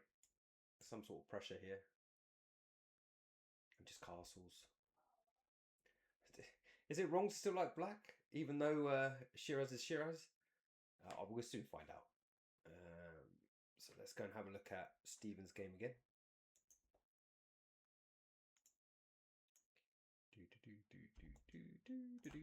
Stephen. Simon's game still hasn't moved, so we may have to pick a fourth game. I mean, that's just that'd be a bit much for me though. I think 3 game limit for a 1900 is definitely about as good as it gets. And as I say, a 1900 looking at GM play isn't quite as stupid as you think. It's not that I can understand what they're doing. I can't. But if you don't test yourself as to why they're making these moves at whatever level you're at, then how are you going to improve? So let's come back. Yeah, they sort of played the moves that I've been talking about, which is gratifying. And the main point being, I was saying that maybe something was going to come to g4. So white, maybe sensibly, maybe silly, I don't know, because this one's suddenly weak. Stops that, and that's fair. So that knight's going nowhere fast. Not without white helping him. And then white responded quite right as well to stop the castling. Oh, sorry, black to play, and then white played this to attack the H6 pawn. I need these two moves I mentioned, so that's good. Don't know if they were good at this time or not, but I found them. I found them. Me, the guy drinking a nice Asahi, which is not my sponsor. Which I floods my brain with. You have sponsors when you go to like AA, so sponsors are everywhere. I do digress. So, king here makes a lot of sense. Defending the pawn. Pawn is now safe. Is f5 good? Don't know, but it looks like quite a likely choice of moves. He's got two choices of how he's going to play this, and I guess that in itself is the grandmaster way. If you only had one idea to play against, perhaps a weaker player could hold a grandmaster. But Mr. Siraj has to think about multiple things here. This could just be trash. The good news is that strong players can calculate. And yeah, you'd have to watch out, because after takes, there's always a bishop takes here as well. So maybe f5 is not coming. And the only reason I'm talking about this is because in lots of Grand Prix attacks, f5 is actually a really good move for black if you can get it in. So don't be too shocked if black finds a way to justify it. But yeah, so f5 is possible. But more likely, maybe move the rook. But these moves are going to be coming down the board, because at some point that knight can move. And when it does, wherever it goes back or whatever, doesn't really matter. You're going to unleash that. Well, I mean, you'd call it a dragon bishop, but it's well, I mean, it is a dragon setup he's played, or a king's Indian bishop, whatever you want. Bishop on g7 has a lot of names, bless it. I mean, you could just call it bishop. So this game's actually building up quite nicely. It's probably the most interesting out the three we're watching. Because that Caro-Kann one, I just don't know. I guess it's good, because I feel like white might be under pressure at some point. And you'll probably look at the graph later and it'd just be white, like off into the distance. 98% accuracy. So interesting. Back we go. Have a quick look at the top again. Yeah, I'm still not really liking Luke's game. It's really derogatory, but it's pretty boring. I'm sorry, sir. And I don't mean that from his side. He's got a definite edge there, and it's horrible for black. And I just don't know why people walk into these Makrazi binds and I'm happy. I'm like, yeah, I love it. I love having no space and no breaks, and against really top class grandmasters. I mean, okay, Luke's 2697 or whatever, but on a given day he's 2700, right? So yeah, I wouldn't be too happy sitting there in a passive position against him. Richard Bates against Mickey Adams. Mickey Adams is. Do you know what? I keep saying we're going to look at it. Let's have a look at it. It's a Catalan. And it looks like Mickey's playing a really nice idea against it as well. So I'm going to. Probably something you've seen before, but I haven't really. I found one line on the Catalan and I'm quite happy to play it just because it gives me a chance to not lose straight away.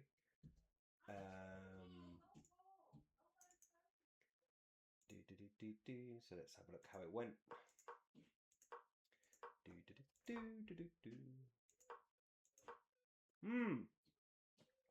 Good stuff. I play a6. Great. I'm like Mickey. You heard it here first. Game goes on. He takes, of course. This is the whole point of a6, is that you're going to try and play b5. I personally just lose the rook in the corner, but let's see what Mickey does. Knight c6, standard. Rook b8 straight away, so you can't lose the rook in the corner if the rook's not there. Watch out, you gotta watch out. This stuff's real. The knight's coming. There's a lot of pressure there. So defends the pawn, undermines the pawn, doesn't care because it's defended by the rook, so he can just take back, which is probably what's going to happen. Lukey, can you go and play, please?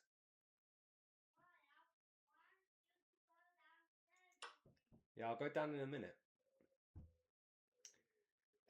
So Mickey's basically giving the pawn and keeping a pawn. And this would be a target, I guess. but not yet, not for some time. So, and then he's just developed. So ultimately, black's pawn up. That's good. So that's the Catalan smashed in 11 moves. Good work, Mickey. I mean, obviously that's not true. It's a long way to go. But yeah, it's not easy to keep pressure on this one, right? How? I mean, obviously you've got some pieces to develop, etc. But this bishop's never going to be great. And if you block, maybe the queen is going to take that pawn. I don't know. And it's in themselves, they are targets. If you can get another rook on here, I don't know where you want to put your bishop exactly. Maybe you do want to trade bishops. So maybe I wouldn't be shocked to see bishop here. There is pawn up, which would quickly dent that. So there'll also be arguments of giving this knight. So knight takes, pawn takes, just to have a really strong bishop cutting across. And again, black will have to decide what he's going to do, either challenge it or go here or castle. So Mickey has a lot of choices still, which is what you want in the Catalan, because a lot of times I've lost to the Catalan. How many times can I say Catalan? Quite a few times. Catalan. I didn't even get off the starting position. I literally lost on move 7, and I basically couldn't move. Everything I did just made my position worse. And a lot of that is about not knowing about playing knight c6, which is just key in literally all lines. Never play your knight to d7. Let that be a lesson to you. And I will never play knight d7 again. Except for this one time where it's definitely the time I should have played it, and I didn't play it. Okay. That's how that stuff works. Back to the main boards. And Simon, have you made a move? Simon. Yes, he's played Queen C2. Check me out. I don't understand what's going on, but I think I might play this move, but I don't know when to play it. So it's a simple move, but it's aimed at playing e4. And the key will be, if I played e4, can he just take here first? And he can at the moment. So e4 is not on. I don't know if we need to play rook e1 still at some point. I don't know if we're trying to play b3. Whoops, b3. Oh, he's played rook. Yeah, so this is interesting now, right? So the battle's definitely around this square. And I don't know whether Sai's going to even bother now, because at some point he's going to be able to put something there. And I think at the moment he's tactically okay, because knight in, knight takes, he has to take with the rook. Because if he takes with a pawn, then we can take here after, because we've got knight takes here, right? But I still don't know, because maybe there's a bishop takes bishop in the middle of that. And my beer has run out, so I'm going to go and get another one.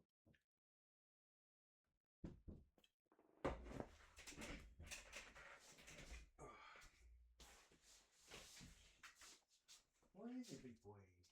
I want to get my telephone. Come on, then, let's go. Getting hungry? Do you want your burger? I'll put it in the fridge.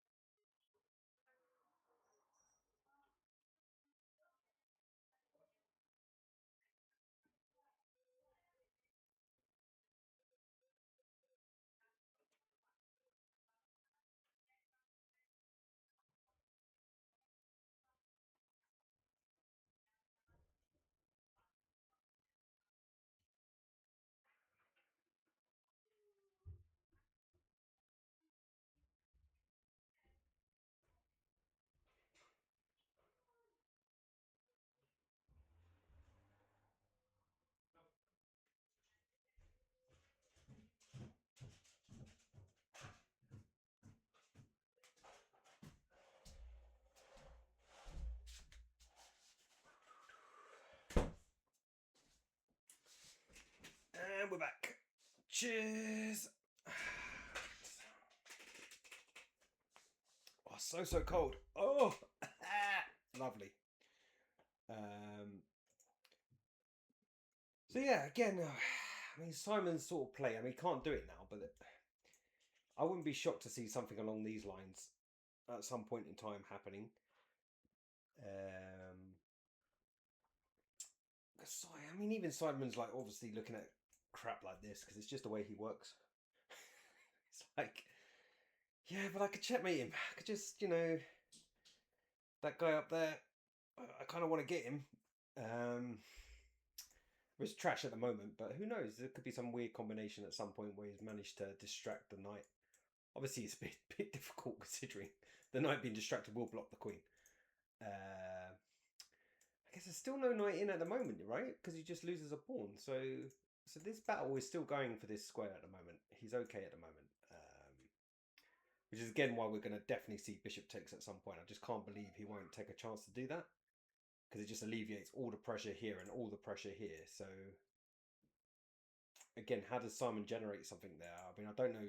I don't think b3 looks particularly amazing. And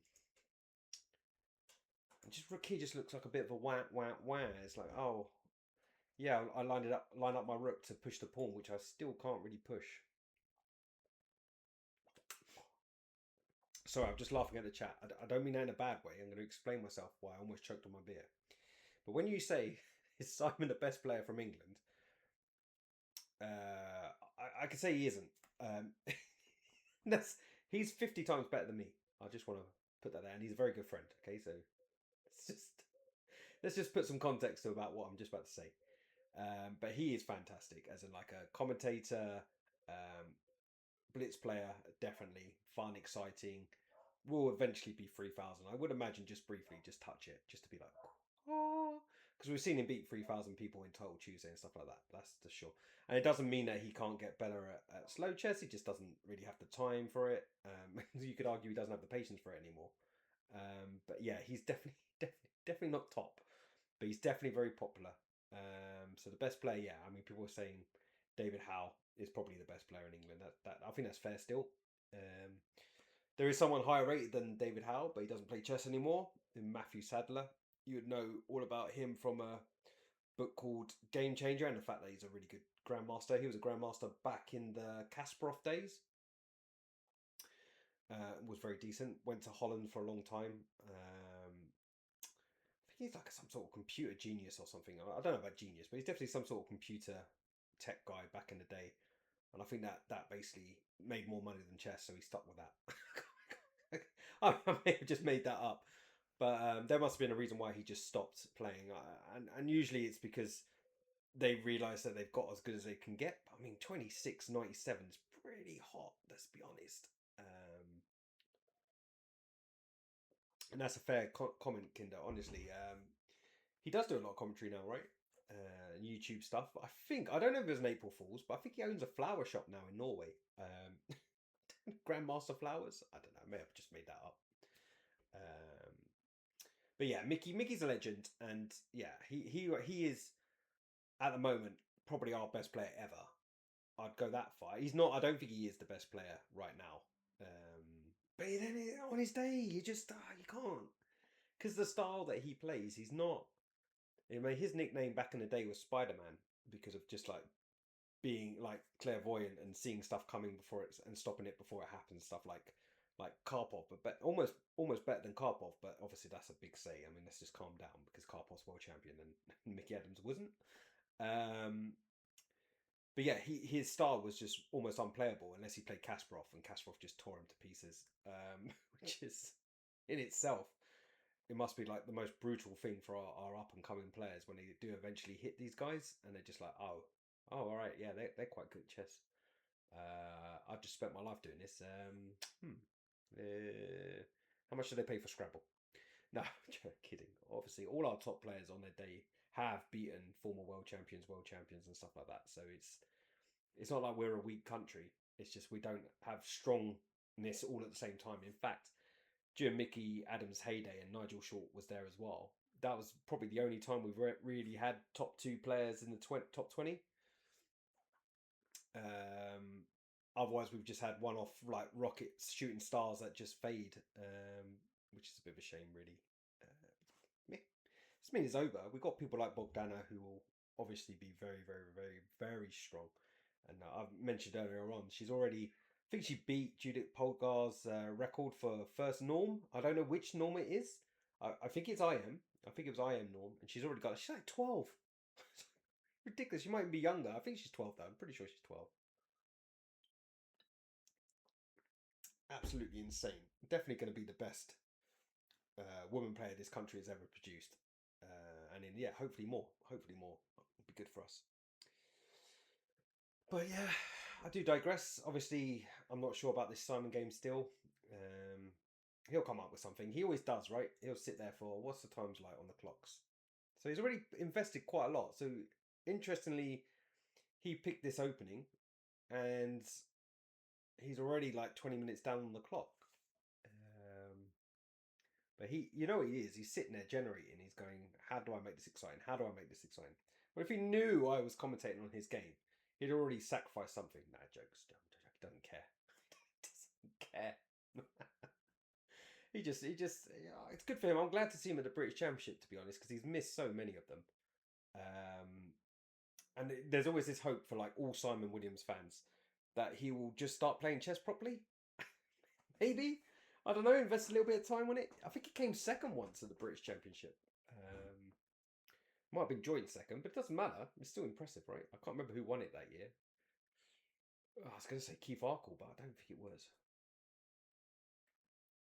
Probably Mickey. Mickey or Nige. One of those two. It could have even been Hodgson, right? Hodgson went through a whole stage of just winning British Championships. Just went, Tramposki's, that's easy. Just go Bishop G5 and then bash. I win. He was very good at that, Dalton Julian. So anyway, we'll come back to this game. Let's move on. Simonian. Right, so we want to see Shiraz. Let's go back to that one. Oh, this is probably the most interesting game, to be fair. I mean, it seems to be everywhere and nowhere. There's a song there somewhere. So let's go back a bit. So we castled and we decided that was okay. Because even though the pawns are, well, basically abroad, the king's quite happy chilling at home in England because he's saying there's no pawn breaks. So there's no shenanigans going on these two pawns and quite hard to get your bishop round. Oops, can't draw arrows. There we go. To attack that one, because once you even get your bishop there, funny enough, it's still defended. Now, the downsides were this bishop's trash, let's be honest. It's not a good bishop. No matter what player you are, what level you're at, that's just not good. Which is why when we see this, it makes sense, because there's a big high possibility the bishop's trying to come out to a3, but obviously we're going to play a few moves first. I was wondering if, and obviously we also, spoilers, we know the king's going to castle kingside. So again, it's a question of where to put the pieces, because the knight doesn't have many squares. So it can only go here, and there's also the squares for the bishop. So again, oh no, I think we saw bishop g7, didn't we? We got that far, didn't we? Yeah, bishop g7, because yeah, look, my arrows. Just to remind myself what I was talking about at the time, saying, oh yeah, well, maybe we can attack the d pawn. No, if I was playing, then honestly, yeah, well, I would have dropped a couple of rooks by now. So yeah, I like bishop g7, and this is where I said I actually quite like black, and my plan was literally c5 and castle queenside. And just to absolutely prove that I don't have a clue what I'm talking about, black didn't do any of that. But you know, I did play knight back, okay, because this is the other way to defend. And I did mention there was only two moves here to defend. And it was the other option was to throw in a check, but I don't think the check actually does anything. Just block it, and again, the king can just walk if it needs to. And then rook here, maybe, I don't know.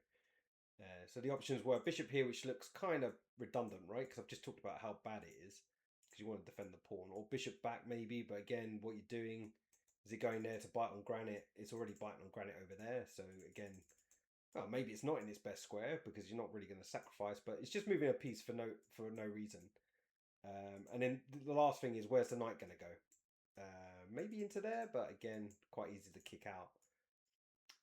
So at least This way, maybe, yeah, I've seen it. I've seen sacks happen here. I don't know if it's going to be the case. But the long story short is you can get some pieces out of the way. Maybe you're chucking your pawns up the board. Maybe not that particular. That's the beer talking. I'm pretty sure pawns don't do that. Not on not most days. So it makes sense to bring the knight back. And even if you're just going to play c3 and then just say let that bishop again. There's a lot of pieces that are sort of hitting. Well, it's granite. It's granite. It's very hard to undermine said pieces. Again, at least black can maybe play something like c5 at the right moment. But as we see, I don't think he does play c3. So let's just carry on. See a few moves. Has to develop the last piece. Makes sense. Now he's got the option to go either way. Craziness says that he can sit the king on f7 and just say, come at me, bro. But he probably can. So that's real bravado, which he doesn't need to do. It's pointless. Obviously, king's much safer over here or here. So a4, yeah, fine. I fully believe that this is the way he's going to get his bishop out eventually. This is also, it's one of those funny moves where I will say on stream, if I play this move before the king's castled, that I'm stopping him castling that way because I'm going to push that pawn again. Now, for me, that means that nothing at all. The pawn's just going to get stopped and it's never going to be an attack. But good players, they will somehow make that pawn get to a6 and mean something. Like maybe not even straight away. Maybe it's just to weaken c6 and somehow he gets to c6 because this pawn's going to have to move or something. And eventually that weird pawn that got all the way to a6 will be the one that actually queens. So this is two-pronged. One, he's trying to dissuade black for casting this way. Two, maybe b5 was actually an option, which is just stopped straight away. And as you're going to see, because we saw the position when it happened, he is going to play b4. Which it looks like it was like some sort of pawn sack. Let's see, castles. Yeah, it's a pawn sack, so queen can take. But then you're leaving yourself open to this. Well, it actually loses a piece straight away. Because there's no way for the knight to be defended. But the main option is literally b4. Obviously, black's not taking it, but it is to probably play bishop a3 anyway, because it's useless where it is. And as I say, it just doesn't want to sit there. It's just sad. It's a sad big pawn that nobody likes. Which is why we're seeing a few of the moves. He's getting out of the way. I kind of like the way black's playing. It'd be interesting to see how white does eventually break through, if he breaks through. He's getting out of the way of the idea, right? He's just saying, yep, fine. I can see that if I take, you play bishop there, I lose my knight. Well, now it's defended. Also vacates the square, so if the bishop does come across this diagonal, and this diagonal, then there's nothing there, and it's just hitting air. So this still makes sense. Plus rook on an open file makes sense as well. So it's like a multi good move. And now Shiraz is thinking about it. But I don't think we're going to be seeing too much of a wait. I think bishop a3 is very likely. The only other move he may consider at first is b4 straight away before he plays bishop here. Because whenever he plays bishop there, he's going to get the tempi anyway. So say here takes... Oh, he does have to take back first, and that would be good for white, because then we've got some sort of pressure on the a7 pawn as well. But it's plus minuses. The knight will then have some squares to maybe get into, so we'll let the old GM sort that one out. But oh yeah, so two moves. I wouldn't be shocked with either this one or this one. Anything else, I will be shocked. But I'm just going to retire. Not that I ever played, but yeah, I'll retire before playing. But this is still a very interesting game. We shall come back to it. Let's go and see our mate Sarouj. Where's he gone? Where's our guy? Because we like players that are trying to beat GMs, and he is definitely giving it a go. There he is, up there. Sorry, found him. Found him! And a few moves have been played again, so let's come back. We were here. You can tell because I leave colours on the board. Just reminders, little prompts. And this is where the king came to defend this pawn because it's attacked twice. And we were wondering what white was going to do here. And he came up with rook f4, which I was not expecting again. Makes some sense. there's obviously a chance to double up here. As I mentioned before, f5 is probably not the move that Stephen's looking for. Yeah, knight e2, that makes sense as well. I like knight e2. Maybe the knight looks a bit better there. I mean, the one thing I will say about putting your knight here is you probably do at some point want to look at these two squares for invasion points, maybe. But you could even think about playing c3 and d4 here as well. It's possible. I do like this. Yeah, I do like this super. Now you mention it. I'm not sure you're playing knight e2 to play to f4, basically, is long story short. I mean, even straight in with this one, I just got to be careful, as I mentioned 100 times, about this knight coming into c4. You don't really want to play b3 because of the same sort of problems. Not saying you can't move the rook, because you could. But that's not what happens, as they say. So rook f4 was played. Again, like I say, maybe for the double bubble up, because otherwise, why are you putting your rook there? I mean, it's not swinging over. Be a little bit, maybe, but probably not. Let's be honest, a bit slow. So black responds, and yeah, I don't know. No way. Yeah, because your rook's in the way, and I quite like this. I'll trade these two off.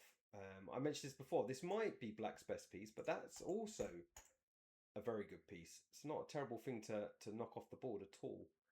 And I mentioned this pawn as well. It's not necessarily the strongest pawn. At some point, the king is going to have to come up the board and defend it. Possibly why this is something that may or not happen at some point in the future, but it'll be an option. But the main reason is obviously to get this bishop to a nice diagonal. So, in fact, yeah, I mean, I've just seen the move ahead. Sorry, spoiler, but yeah, it just says, yeah, actually, yeah, I don't like that. I don't like that one. I don't like it. Can we get this? I don't. There we go.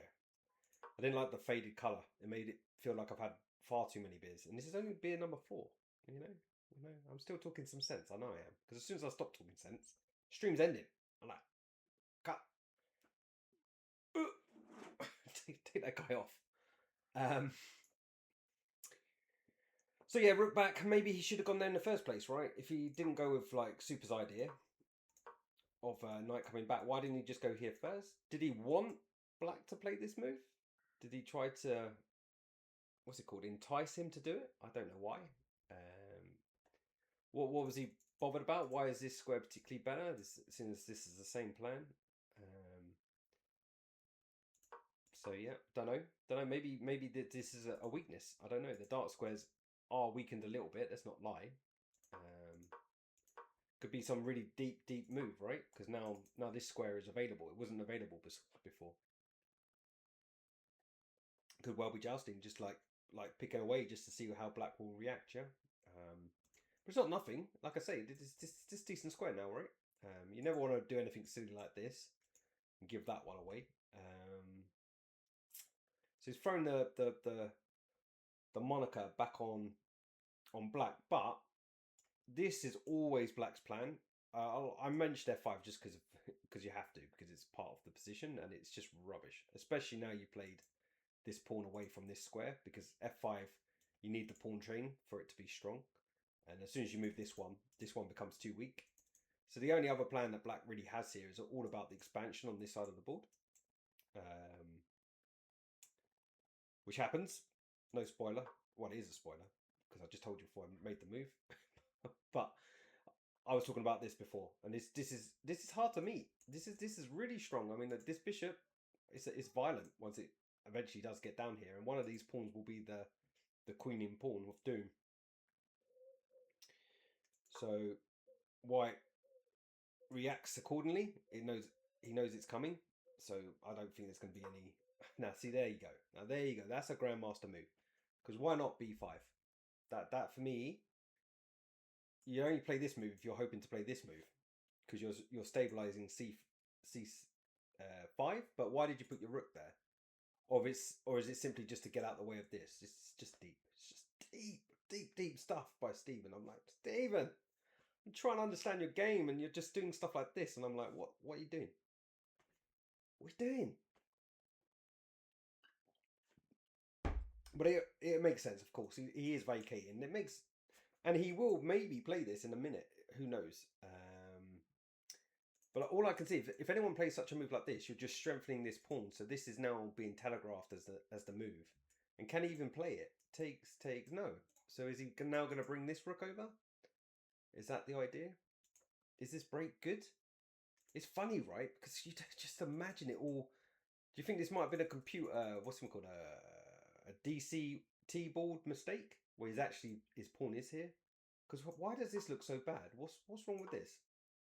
I mean, maybe it tactically just doesn't work. I mean, certainly not taking. Let's start with that. And pawn down straight away is something to think about. Why is this move particularly bad? Okay, we give away this square, but we've covered it quite nicely, yeah. Maybe this is where something like no, because you can never play d4 because this knight is just great. So I don't understand.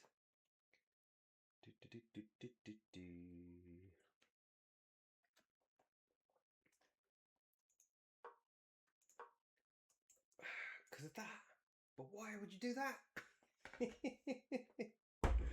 Oh, good stuff. Well, we're going to find out. That's the fun of this chess malarkey. If you don't make moves, you lose on time. And I just noticed Stephen's only got 27 minutes left. Mr. Siraj, who's probably a kid, he's got to be. They always are. He ain't hanging about. He's just like, I don't care if you're Grandmaster. I'm just going to keep putting you under pressure. I'm going to play moves like Rook F4 and then Rook back to F2 just to say, well, you know, what you got? And Stephen went, well, I got B6. I mean, can you contend with that? I can't. I can't cope with this move. You can see I'm falling to pieces. What's going on?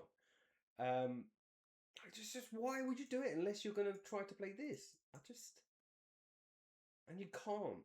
So if Stephen plays that next move, then we know what's going on. But we digress. I don't know if there's any other moves. See if there's any others.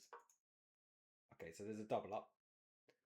Makes sense. So now, yeah, he can still go here though if he wants to. This knight is defending backwards. Obviously the queen's there, the knight's there, so he can play this. But yeah, I don't know. Are we starting to like white? I'm unsure about whacking the computer on saying, oh, that just blunders a pawn. Because I don't want to do that. I just want to show you what it's like when I would be playing against these strong players and just be like, but I can just do this and then just have no clue as to why it doesn't work until later. And I'll put the computer on at the end of the game and go, oh, right, yeah, that was rubbish. Whatever I was thinking was trash. Right, let's go back. And we are going to look at Mr. Soul. Got some moves in Simon's game and his queen's got in. Ooh, interesting. Oh, no. Spoiler. Okay. So obviously you saw the moves. So I just want to have a think because long story short, I wasn't sure what Simon was going to do after the next move, which was this one. And this is the place where I was like, I don't know. And Simon went for the most mysterious move. So we've got two mysterious moves now. We've got B6 from Stephen, and Simon's gone and topped him with Rook FD1. And the reason why that's bizarre is because surely you're trying to push this one, if anything. He's certainly not like defending the bishop anymore. The bishop is well defended. If you're defending that one, which is obviously something that could be under attack after you play something like E4, then that's deep. I mean, he's obviously worked out that at some point he's going to be able to play that move. And obviously we're going to see a queen pop in there in a second, which again, we'll just put this down to mysterious but potentially defending d4. Because he's really trying really hard to do this one. I'm just going to take here. I just can't get over this. He can just take the knight. And yeah, this makes sense because we know that he's going to play b6. Because that's what you do in these positions. You don't follow through after you put a rook there and play b5. You literally go, I could do that. No, b6. There's a meme, right? Where the guy goes like this. Or this. No, it's not thumbs up because that's not cool enough. But it's definitely versus b6 versus b5, but no, he is trying to play b5, bless him. And then Simon does this, which is like, all right, he is attacking a pawn. That is not a lie. So is this just all around? Okay, so rook d1 was just to defend the bishop. No, because it's defended by the knight. I don't... Unless he wants to keep the knight there. That's all I can think. Because after knight takes, which is the move, right? Knight takes, it'd have bishop takes, but it was always defended. So I guess he wants to take back the rook if that happens. Even though there might be some sort of knight in. I don't know. But he's got to defend this pawn first. So how does he respond? Well, we know. He kicks the queen. So we might as well stick on the board. And Simon decides, does he come back? Is that a Simon Williams move? Let me see. So I've gone with my queen forward. I mentioned earlier that maybe my knight's coming in here or here. Maybe we get the pawn out of the way and then we put our bishop here. Hey, Wilson, how you doing? Yeah, it's going all right. I've had several beers. There's a few good games going on. Some are interesting. There's a load of games I can't cover because it's just too many games. But I've stuck to 4. I'm actually impressed I've managed to get to 4 games. Simon says, stand on your head. No, he said queen g5. I'm staying in a position. I'm not going anywhere. I'm not coming back. What's the point? Simon doesn't really go backwards. It's not really his style. Now, this definitely has pluses as well. Perhaps he can now bring his knight in. Maybe that's why, again, that he played this mysterious rook d1 to defend the bishop this way. So again, if the knight ever does move, he can always take back the rook and the knight can come forward.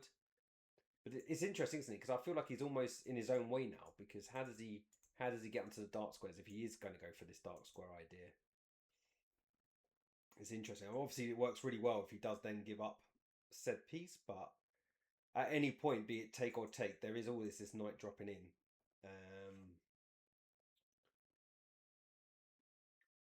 So I don't know. I don't know what Simon's up to.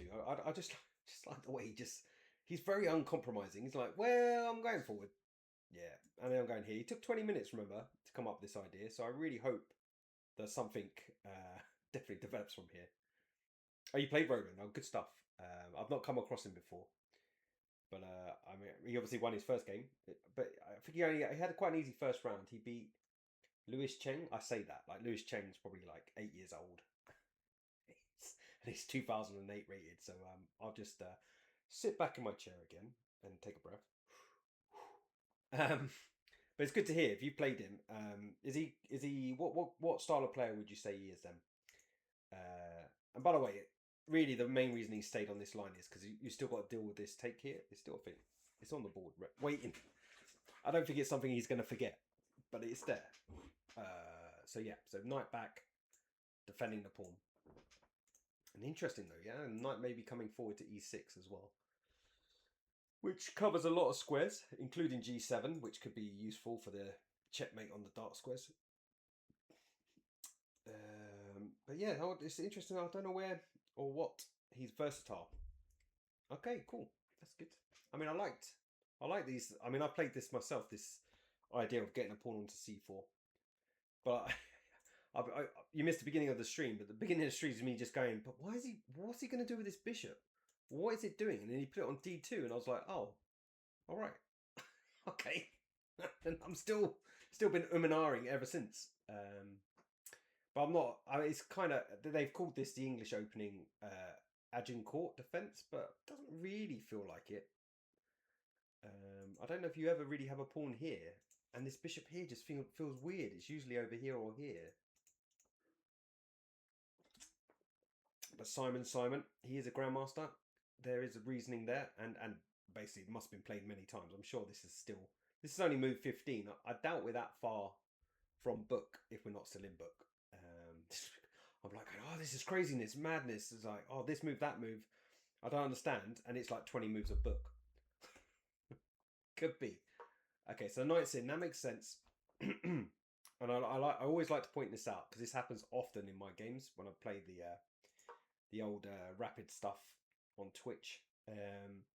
Every time someone moves a piece away, and it could be the knight coming to the side of the board or coming back to come forward or whatever, it always leaves a square somewhere. And Simon's just jumped straight in. he said, yeah, okay, you've moved away. You've moved away, so I'm going to get my piece into a nice attacking square and come around and checkmate you somehow. It's not happening, I know, I'm getting ahead of myself. But the long story short on this one is, he's finally got his knight to the best attacking square that he can get it to. I don't know how good knight e6 is. Maybe he doesn't play it at all. Maybe he's just going to leave it there for later. But it does gain time on the queen, so I don't know. There's also something to watch out for. Maybe an f6 terrible move apparently in every position, but I'd be a bit worried about it. Forking two pieces, not possible at the moment because of course if the knight moves and the queens may come off, I don't know. But black can very much switch tack here, and I don't know. Maybe the bishop.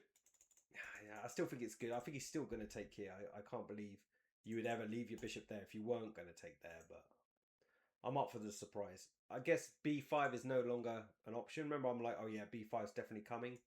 But yeah, that would leave a little bit of a hole on c6. So someone would love it.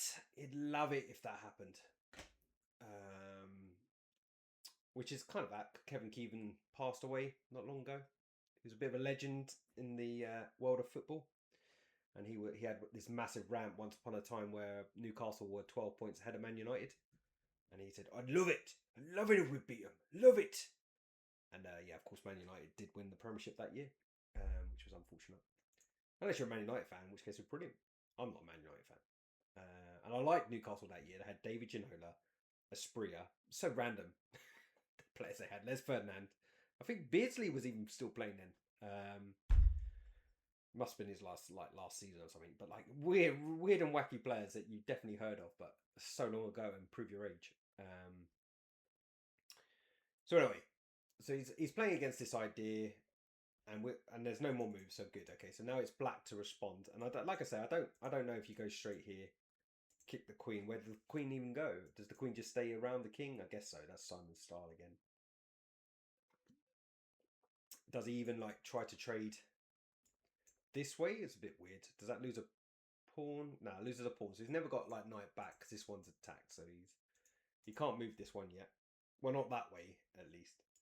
I don't know if this is any good because that has the threat of the f6 thing that I was talking about. But I don't know who would be better with the queens off. I feel like this pawn is too weak, but it's always the downside. Like, yes, it's great if you got this pawn here and you get this pawn through, but ultimately that is something you can be undermined. Remember, there's this. I love chess, honestly. People that don't like chess, just honestly, they don't know how to live. But there's stuff like f3 and e4 at some point in time as well that is a possibility that could happen. Bit slow here, but I mean, if queens get off, it's not like this pawn is completely safe. Especially with this knight, obviously looking in the right place to take this pawn at the right moment. But I do digress. It's a long way away yet. Let's go back and see who I've forgotten the 3 games I'm looking at. Shiraz. We haven't gone back here yet. And this has developed again. Oh, look. Someone guessed the right move again. So we left it at b4 with the you can't take it because of bishop here winning the piece. So of course he didn't take it. Defended, got out the way, defended the knight. All good stuff. And it's also a good piece on an open file. Yeah, okay, so bishop a3 was the next move. Not even a threat, but obviously it's a bad piece. It can't go this way. If it got here, well, it'd just be a target. Let's just be honest. So it's no good on this side of the board. So played to the most obvious square. How did black respond? Let's skip on a move. Knight here. Yes, there is a potential hole here. Potential to take the a pawn. Does he even allow this? I don't know if this is any good. At least it puts some pressure on the d pawn. It's defended at the moment. Interesting to see how he's going to react. So how else do you defend? You can play c3.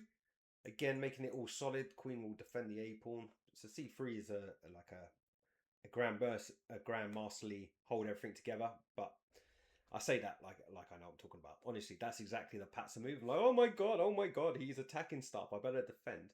No, Shiraz went, no, I'm just going to play b5. Attacking your queen. Potential target on c6. Funny enough, that knight is quite useful because you probably would take back with a knight.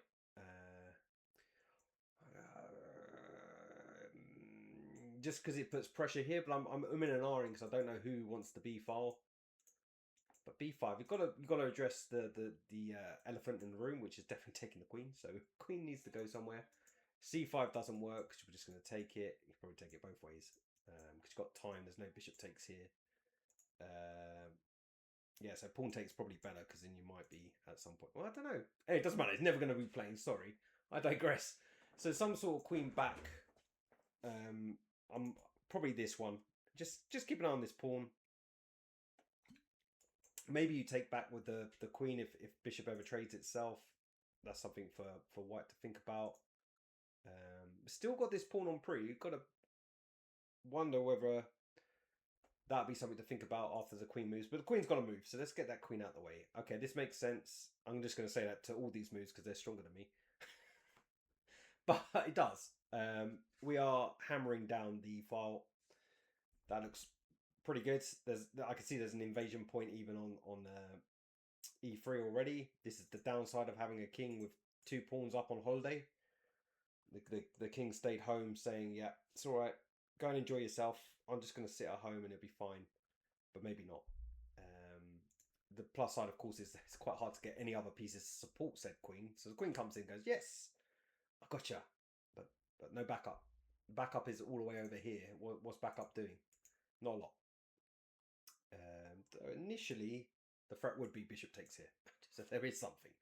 But 1 threat should be able to parry 1 threat. Where it becomes really difficult is when there's multiple threats.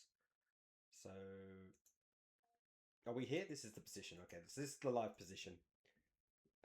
This check is a threat because of bishop takes. So I've moved the king. Or well, this pawn's attack too, right? So we've got 2 threats going on. So what did I just say? Multiple threats. So how do we actually defend both pawns if we're going to bother? You could just keep pushing and tap the knight again.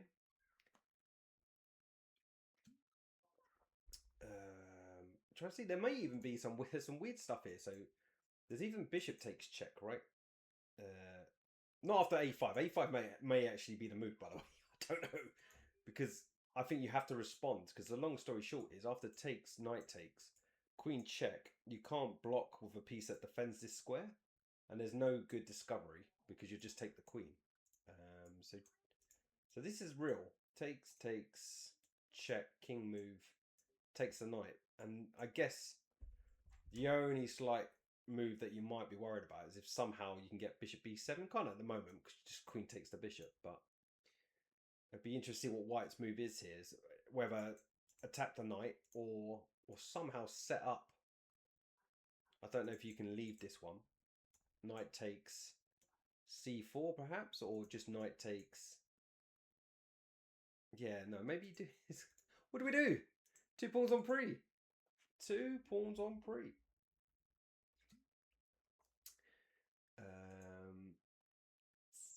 But it's our move. It's our move. We're allowed to move first. That is the laws of chess. I think a5. I don't know why. Yeah, because a5 definitely works because this check doesn't work. Because after takes, check, king moves. I know my arrows are all messed up there. We just take the knight at the end. So a5. Where does the knight go? Can it come forward is the first choice, and if we take it, because that also defends this pawn, so this check isn't so scary anymore. There's no taking here or anything because we've got the rook on it. So a4, knight in, we would take, I think, because the bishop's not doing that much. So another one of those is never going to sacrifice itself there. There's plenty of defense, right? So yeah, a5. A5 or here, just to stop all this stupid sideways. But it's rubbish because obviously it's just one dimensional. It stops something but it doesn't do anything.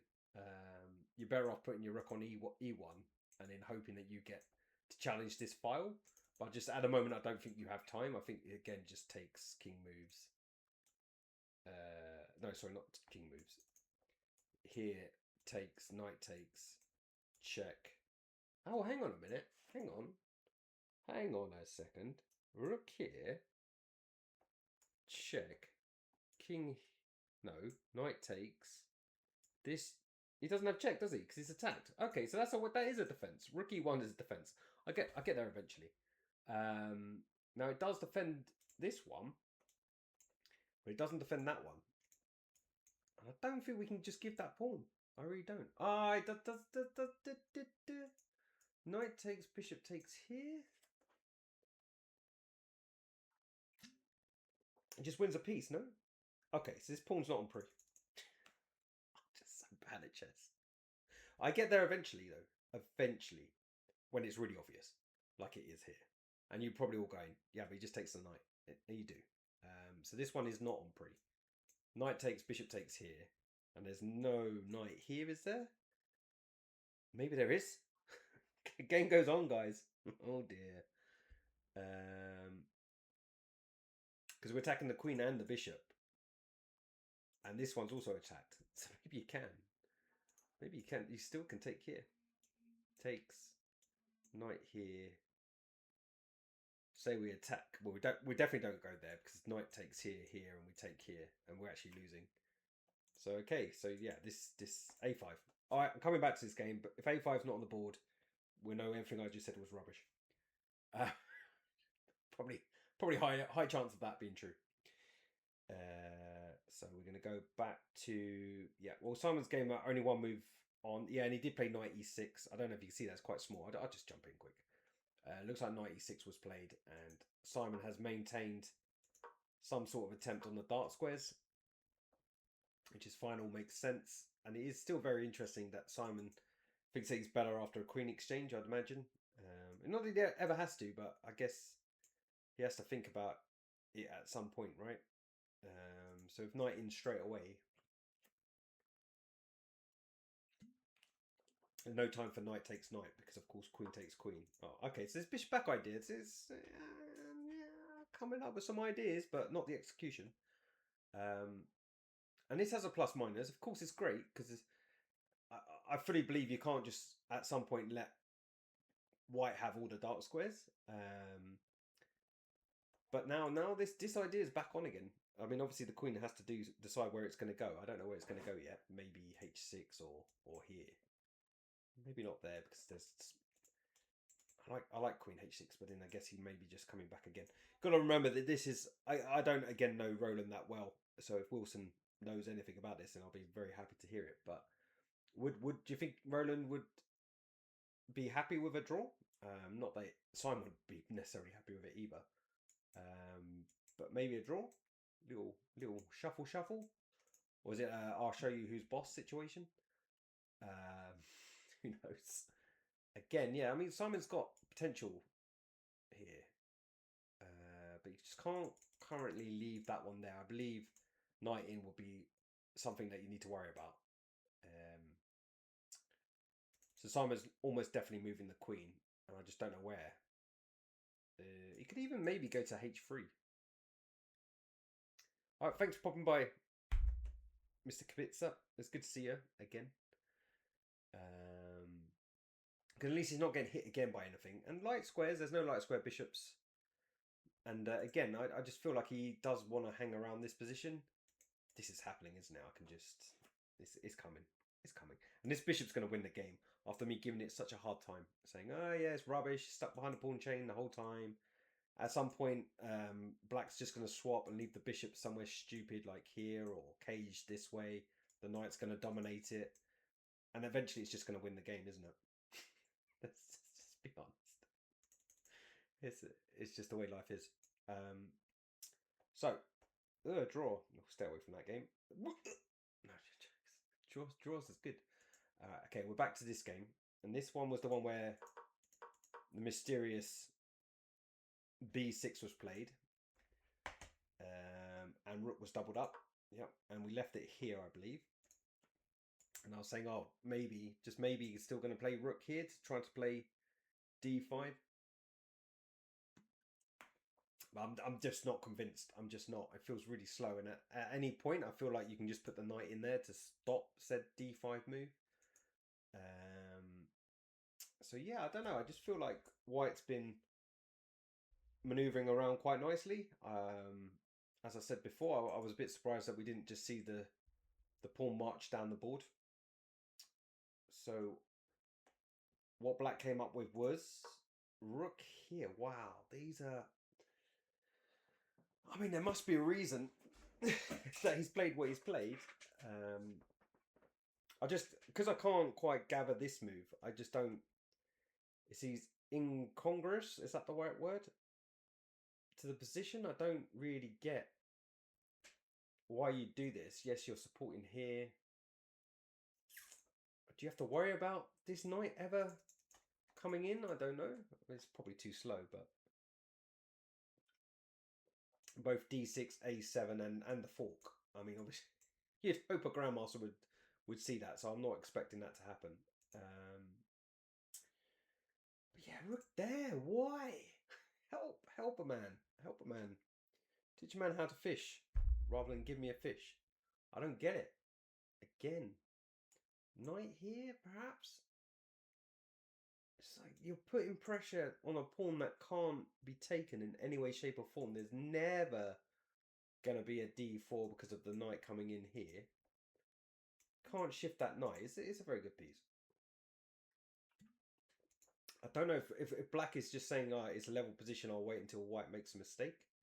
But I don't see it. I don't see... White's position's really, really, really stable, yeah? Beautiful pawn structure over here. You'd argue that black has potentially weak pawns, maybe. And black's the grandmaster. White has the better rooks. I think that's probably true too. Now black does have a good dark square bishop, but so does white. This bishop's got some squares. It's not any way, shape, form restricted. That's the only potentially bad piece. But is it bad? I mean, it's defending the king. Is this Roland or Stephen? Which one? Both of them.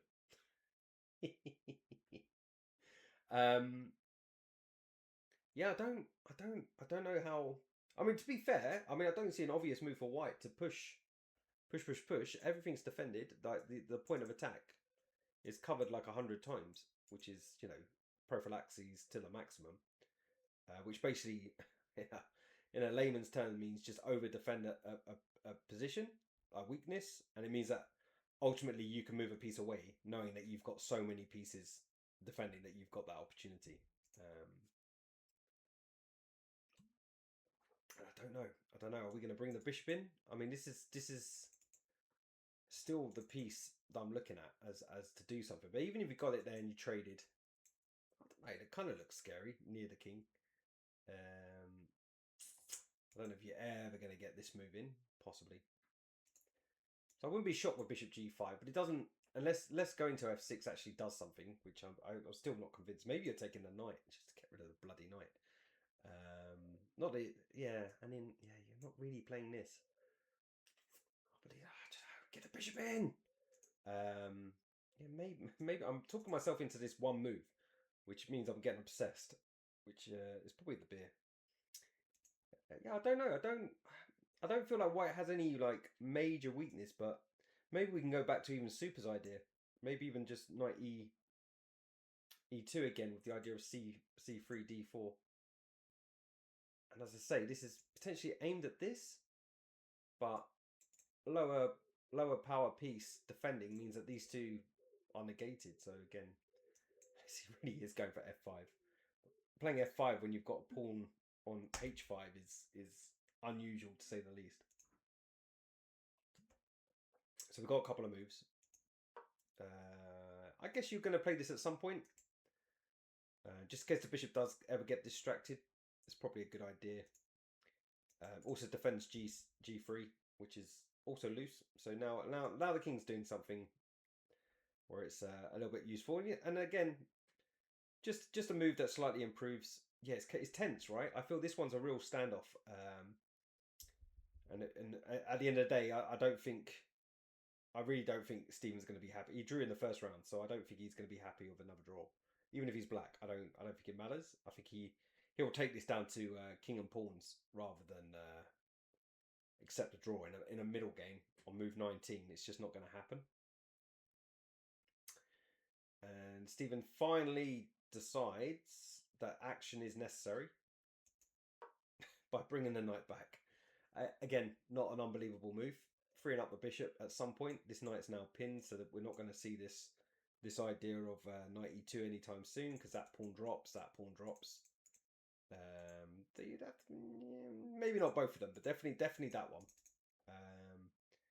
And he's saying he can play his knight in here or his bishop in there. I don't know if he's going to ever give up that dark square bishop just because of the defense around the king.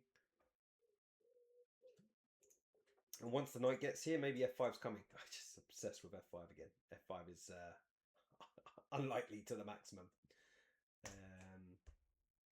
And I think we're going to leave it there because there's a couple more games, and I've nearly finished this beer, and I've got some bad news for you guys. I'm out of beer. That means I'm out of commentary. Let's hang on for a little bit longer. I'll drink slower. So we're going back to Simon we just saw. So we'll go back to Shiraz. Where is he? It's a draw. No. Just felt there was more. No. I'm really shocked by that. I honestly am. Shiraz with white. Oh, he played the rookie one move. And I obviously guessed this move, but I would never have thought that this game was done. I'm really shocked. And I guess you can't take here. Is that literally the thing? I thought he could.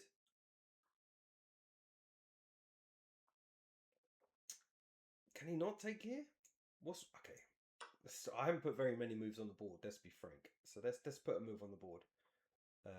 And my initial reaction was you can't take here, attacking this one, because you've got knight here,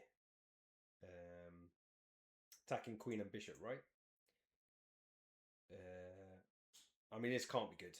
So say you go here, then you just take, have to take, and then take here, and that's, I believe that's a pawn down. You got to be a GM for people to accept your draw offer. Yeah, I mean, he offered it, right? Because he made the move and then offered the draw. I'm just like, obviously what I just said is probably rubbish, right? So you can't take this one, or you can, and that's why he offered the draw. I mean, GMs would only really offer a draw if they thought they were worse. Is that a really outrageous thing to say? I will put the computer on, of course. We're at the end of the game. I said, if the game end, I have to take my face off camera. I know that's heartbreaking for all of you, but it just messes up the stream. So let's have a look. Where is computer? There we are. You can all see it ticking away. And look, black's better here after taking the pawn. So you can take that pawn. I did say, it's not like, yeah, I'm kind of happy with myself that I wasn't talking complete crap. But let's see if there were chances earlier. But still, even like 0.5 down for a GM to accept it is something. But let's obviously ignore all my arrows. You're only really paying attention to the bar over here or the score up here on the right. And let's see if it ever dips or jumps anywhere particularly good. Yep, all pretty standard. Looks like white's maybe got a slight edge here. Only move, but it's bookie stuff. This is all book stuff, as I said. Shiraz is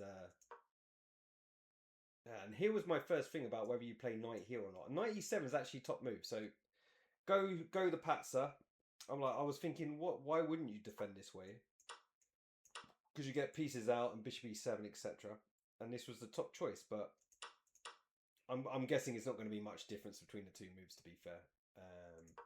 So instead, yeah, second choice, and to be fair, it's 0.13 or 1 of the difference between the two moves. So I guess it's just preference. But yeah, I mean, yeah.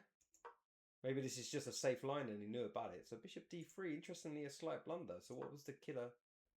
This way was the way to keep some sort of edge? I don't really see it. I guess it's to stop this c5 idea that I was wondering if it was going to happen at some point. That is definitely the plus of having a bishop on this square. But obviously didn't happen, redundant, so carry on.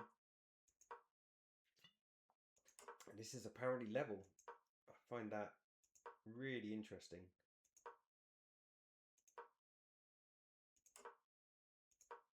Okay. Obviously, you can't take knight b6 is also an option. But this made a lot of sense, right? And so black has equalised. And black's much better here after knight b6 because it wins a pawn.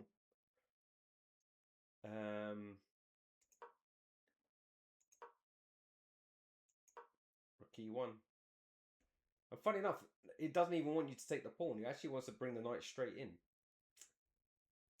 to here.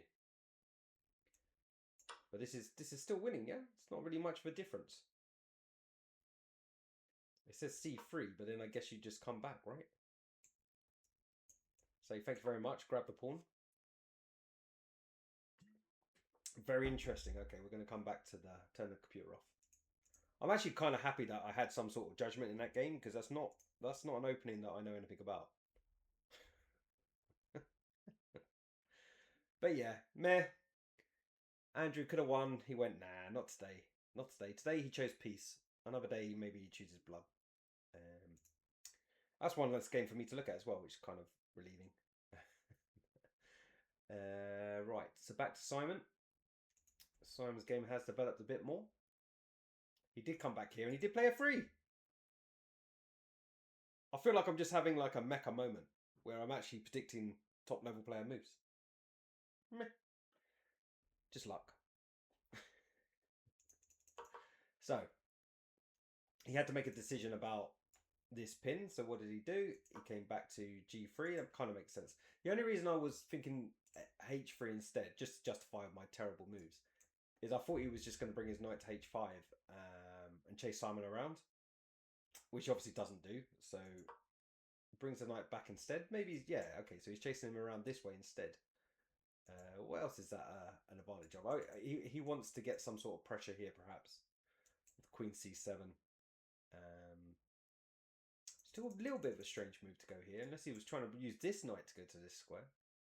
Maybe. But f3, yep, because he wants to play e4 at some point. And bishop d6. We're caught up again. Yes, so obviously he could just trade off to start with. I don't know if who that benefits straight away. I mean, again, the mysterious rook d1 is actually lined up at the pawn on d5, which is quite something. Okay, Simon just goes, you know what? I'm just gonna just do that. Take some of that, son. Wasn't expecting this move particularly. I get it. Of course, you've got to play it while you can play it, right? This would be, you'd imagine, the quick response. So let's just put it on the board quickly. So we're taking here. And are we winning a point? Actually, this looks terrifying, right? I guess he's trying to play maybe this. Maybe. I don't know. And it does ask the question of where to put the queen again. Let's say it comes back. I'm just saying. And now does he take here or does he take here? Because got to be careful of this potential stuff happening. So if he takes this way, I think that loses straight away, right? Well, it almost loses to this bishop coming here. I go crazy and start playing g4, but this feels very loose. Maybe just straight knight takes just looks good, right?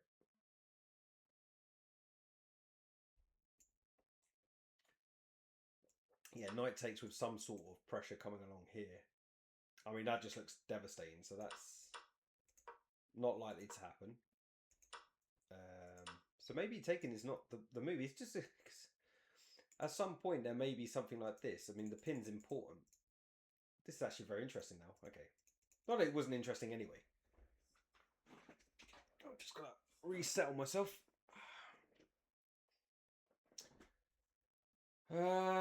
Right, what the heck is going on? So I guess maybe the first choice is just to take, right? So let's stick that on the board.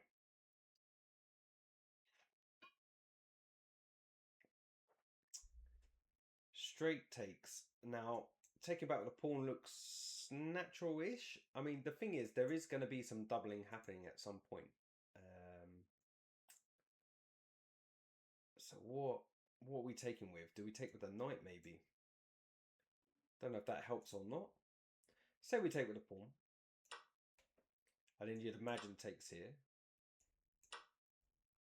Yeah, it still looks tricky because there's going to be some sort of bishop move somewhere, right? I don't know if it's going to be particularly devastating. Obviously can't go there because we've got bishop here to block it. So, Wesley, so what's the move for black here? Is this check any good? No, the same problem, right? So, well, actually he's got check and takes here, right? I think he's okay. Yeah, this check's annoying. Because this does nothing. And you just take here. Knight h5 as well, eh? So maybe there's just lots of good moves for black. I think you can just win the pawn, no problem, but let's say knight h5 then. And then where are we going to go? We said f2, right? And then if you take with the rook now, though, now we are getting something because the queen's attacked and so are the rooks. There's no time to take the bishop. So maybe not knight h5. But just queen check seems good enough. I don't know how you would stop that. After this check, I don't see there's a good way to stop the recapture. Unless there's some sort of king out the way. Oh, no, you can't do this. Because of this.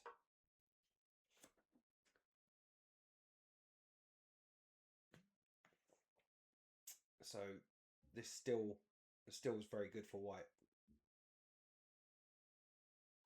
This Q doesn't work because of knight takes f4. No, because in that line,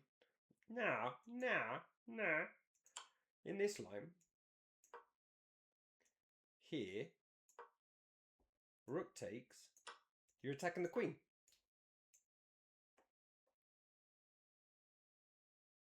Queen moves where?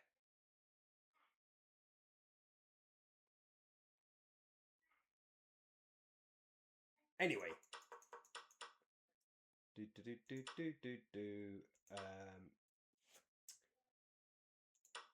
So you imagine not this take. So you imagine this take is the one, right? And now how does Simon deal with this?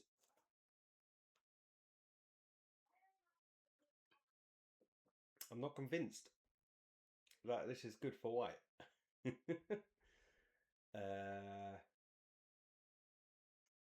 mean, I'm probably missing something, but I don't see it. Taking with the knight, I don't think that really improves anything.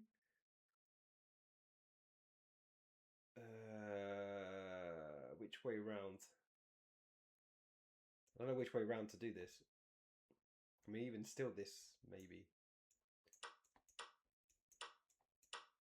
And check. Oh no, we said this doesn't work. Yeah, this is great. I love that this doesn't work. No, Simon's doing fine. I keep forgetting that this is just great. And you're just winning. You're winning exchange. Bare minimum. Just come back and you take here, and you're just better. So yeah, so e4 is a good move, and we'll just have to see how black responds. Maybe taking isn't best.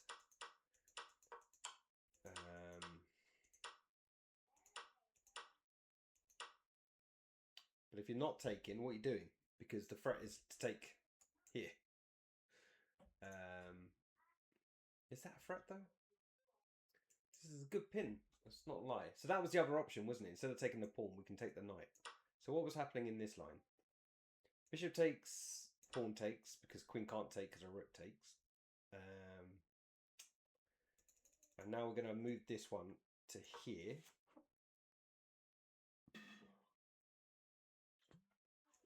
We're going to come back.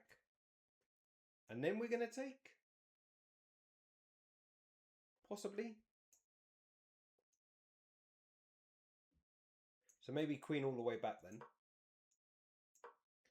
Because if pawn takes now, at least we can got queen takes. Because we want to keep defending that one. Now we're attacking this one as well. Yeah, this looks good for white as well. Now, Simon's judged this well. E4 is very good. I don't know. I don't know what black's going to do actually. You can't ignore it, and you kind of have to do something about it. I mean, there's already like ideas of bishop coming here or here. Well, probably there to be fair. Put a big pin on the pick. I mean, how that's kind of maybe try to get out of it this way. I don't know. Just queen here. It's tough. Come on, Sai, get him. Not that I'm biased at all. I do want Sai to win. So let's go back to Stephen's game. Where is Stephen's game? Still going. Still on the same move. Yeah, I mean, yeah, it's tough. Stephen's down to 10 minutes. I'm actually really surprised by that. 10 minutes. There have been some moves. When did he play b3, for instance? That was afterwards, right? Or I completely blanked him doing it. I know he moved the bishop away. I think I missed... Oh, he offered the pawn. Okay, some stuff happened here then. There was some manoeuvring. So knight back is where we left it. And I was saying about this pawn, whether he can drop it or not. Luke, I'll talk to you later, baby, okay? And he's brought his knight around and saying that you can't take this. So let's just take it.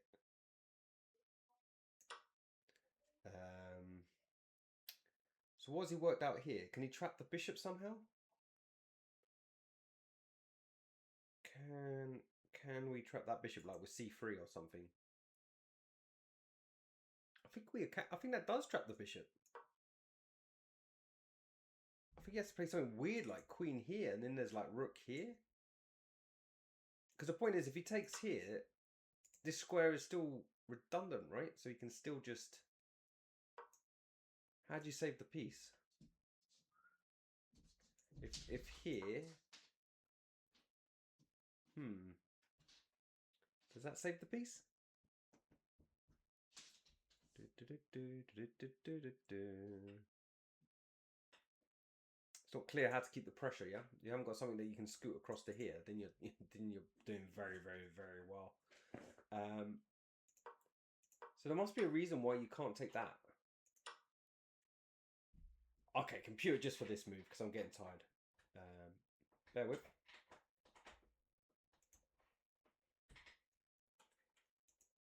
Computer says you can't take it. But why? c3 as stated. Bishop a3, yeah, stated. And now you go for the attack. And it says you can't move the rook. You can't move the rook because this is happening. Okay, fine. It's actually quite obvious. Fine. Yeah, it just loses the exchange. But that makes a lot of sense. Okay, cool. But well worked out by Suraj. And that's, you know, tiredness on my part. But I can't see basic stuff like that.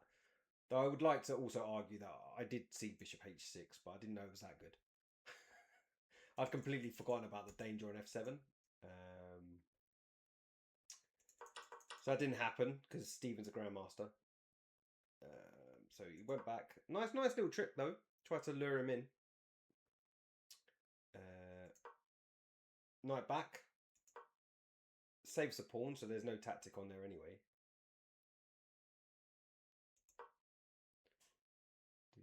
Knight back again. Draw? I don't know. Could be. Could be a draw, a pseudo draw offer, yeah? I haven't got very many ideas apart from moving my knight backwards and forwards. So White's just played a move. Come back to d1. Just a mysterious move after mysterious move in this particular game.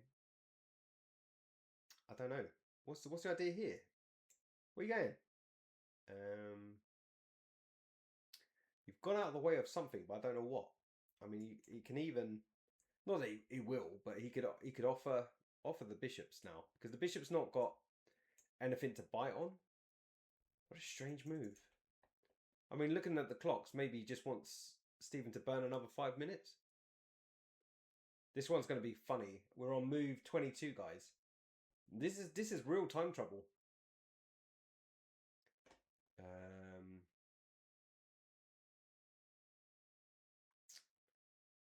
This is serious. It's serious for Steve. Stephen has to. Well, I mean, this isn't actually threatening anything. Let's be really honest. It's not actually doing a lot. Even if the knight got out the way, is that what he's trying? Is he trying to sack the knight here? Is that real? I mean, there's always queen coming across.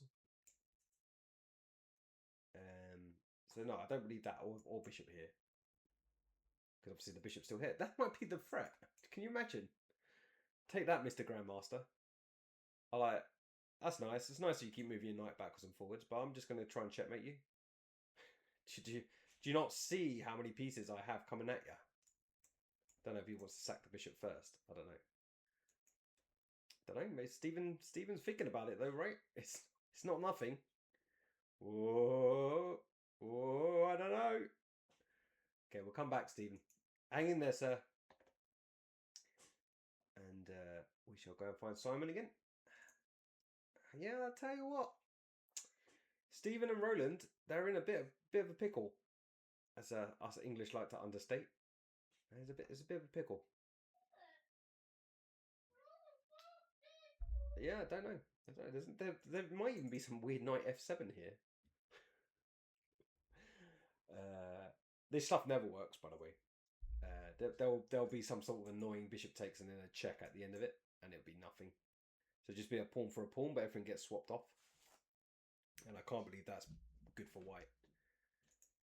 A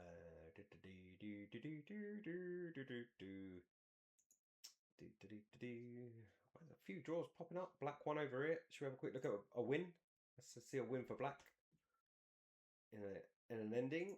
But how did we get there? How did black win the exchange? Le English.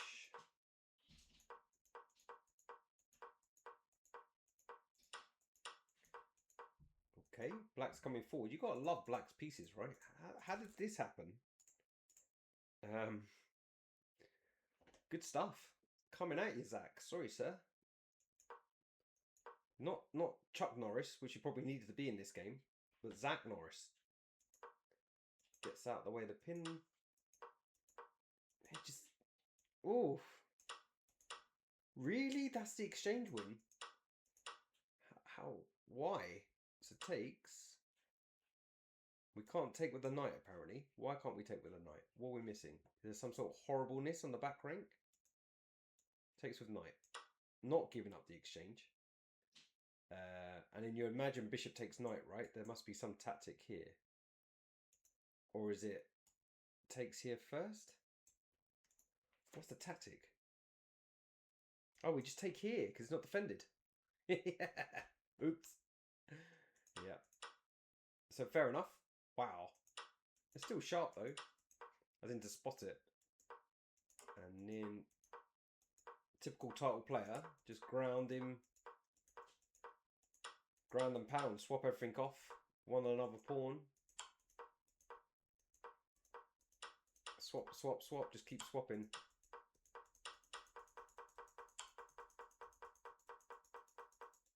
Yeah, okay, fine. Yeah. Nice little spot. Yeah, that was good. Overloaded defender, as they say. Good goods. Good. What we got left? Still not going anywhere near this McShane game, just not. Though black seems to be doing okay. He's not looking awful. There are 4 pawns on the 6th rank, which is quite unusual. But what he's managed to do there is he's managed to swap off a pair of pieces. So the bind of C pawn and D pawn, E pawn, doesn't feel so bad. Because you know, if you've got all your pieces stuck, if you had another piece in the capacity of the pawn setup, then it's hard to find positive moves. But he's managed to rejig his pieces around. But D6 is weak, which is what's happening there. Hilarious, I've stayed away from that the whole time. Mickey did give the pawn back. And is actually a pawn down? What? Mickey! Yeah, no, Stephen's in big trouble. Time-wise, position-wise, I don't know if the position's that bad. It's weird, right? If White's best move is Queen D1, I can't believe that that's such a bad thing. Let's have a gander at this. So what happened here? So 4 versus 5, right? But it's a passed pawn. And he has a bishop pair, and that kind of thing is where the top level GMs will squeeze you. Yeah, I don't know. Is this pawn actually really dangerous? Other rook coming over, possibly. Yeah, maybe black's doing very well here. Okay, this is a nice pawn, but this is also a nice pawn. And yeah, he'll make something of these. This is the kind of Mickey thing, the Mickey effect, where he actually knows how to use 2 bishops. So I suspect Richard's going to be in for a bit of pain here, because you know I got higher rated bias. Oh, we've got some moves, and we've got some knight coming. Some knight coming to h5. Was that we had some trades first though? So takes knight here, and I was saying queen here or here, right? This is a slightly different move order. Obviously, there wasn't a follow through. I think I'm not even sure I used this knight. I think I may have used that one, which doesn't really make that much sense because that's the one that's got the pressure. So Simons comes at f3. And again, this one's tight as well. This is only move 22. And we've got 15 minutes versus 26 minutes. So again, pressure on Roland. I think he is worse. I think he is. These 2 pawns are quite dangerous. It's just, again, should we just play through a couple of moves? Yeah, it's just this. Remember, I was saying about this Rook D1, and I was like, oh, what's he doing? Well, why Rook D1? This Rook D1's a beautiful move, and those who came late, let me find the move for you. It was back here. Rook here, keeping some pressure here, which makes sense because I was saying about the controlling of the e-fold push. And Simon played here, and I was like, why has he done that? What's that all about?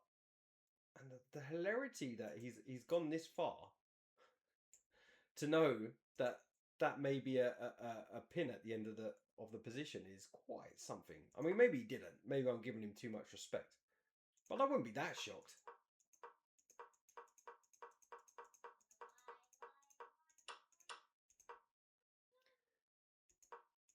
Yeah, just I don't know. I don't know how black. This knight looks silly, right, on the side of the board. It's got nowhere to go. It can only really come back, right? Can't come in. As I just said, he can't really take here. Not and take the pawn. Let's be honest. He can take. And then I guess Sai gets a free move with the. There might be some sort of pin and some weird g4 at some point. Because that's why it's played queen f3 to keep the pressure here, right? And that bishop will be gone. So yeah, I don't know. And now the pin's gone. Maybe there is takes here and pawn up.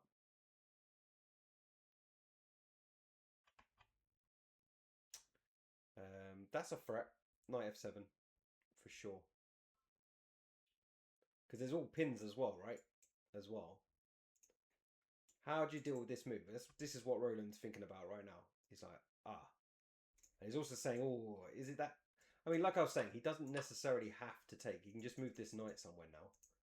Obviously, taking, we've decided is definitely losing because of bishop here. So, knight somewhere? Where does the knight go? Does it come back?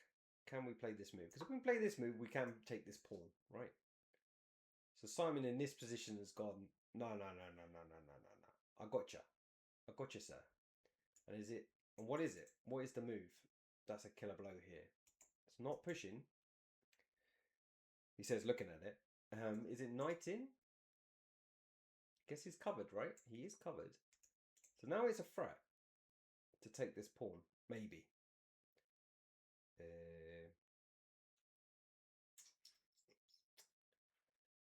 It's not clear. It's not clear. You don't want to play. Maybe you don't really want to play bishop here. Well, bishop anywhere because you have the pin, right? Maybe this pin is just horrid. Maybe you just play bishop. Just bishop here. And if rook takes, Maybe then you play g4. I wonder if g4 is going to be the winning move here at some point. G4 and then bishop here.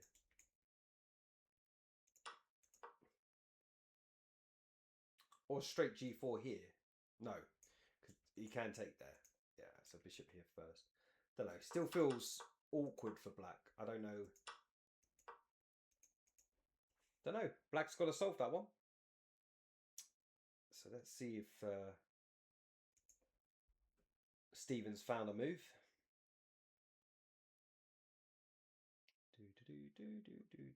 I feel like I've gone past it, haven't I? It's over here. Oof, stuff's happened. Stephen's got 3 minutes. We're on move 24. Okay. The scene has been set. So Queen D1, which as I say, I still can't quite understand. And this is a lash out move for me because I don't think he actually takes, which is, I guess because he didn't want some sort of bishop or queen check, perhaps. I don't know. It's free pawn, as they say. And now Stephen's lashed out with d5, which can't be taken because if he takes, he loses his bishop. Basic tactics 101. So bishop moves somewhere, or here defending the pawn, or just move the bishop. Does it matter if the bishop takes here? No, just bishop here, bishop g5. That looks quite good. Again, with the option of maybe playing into f6 at some point. Obviously, also h5 must be on the cards. I'd hate to be black here. Oh, knight g3. So again, yeah, I'll be scared.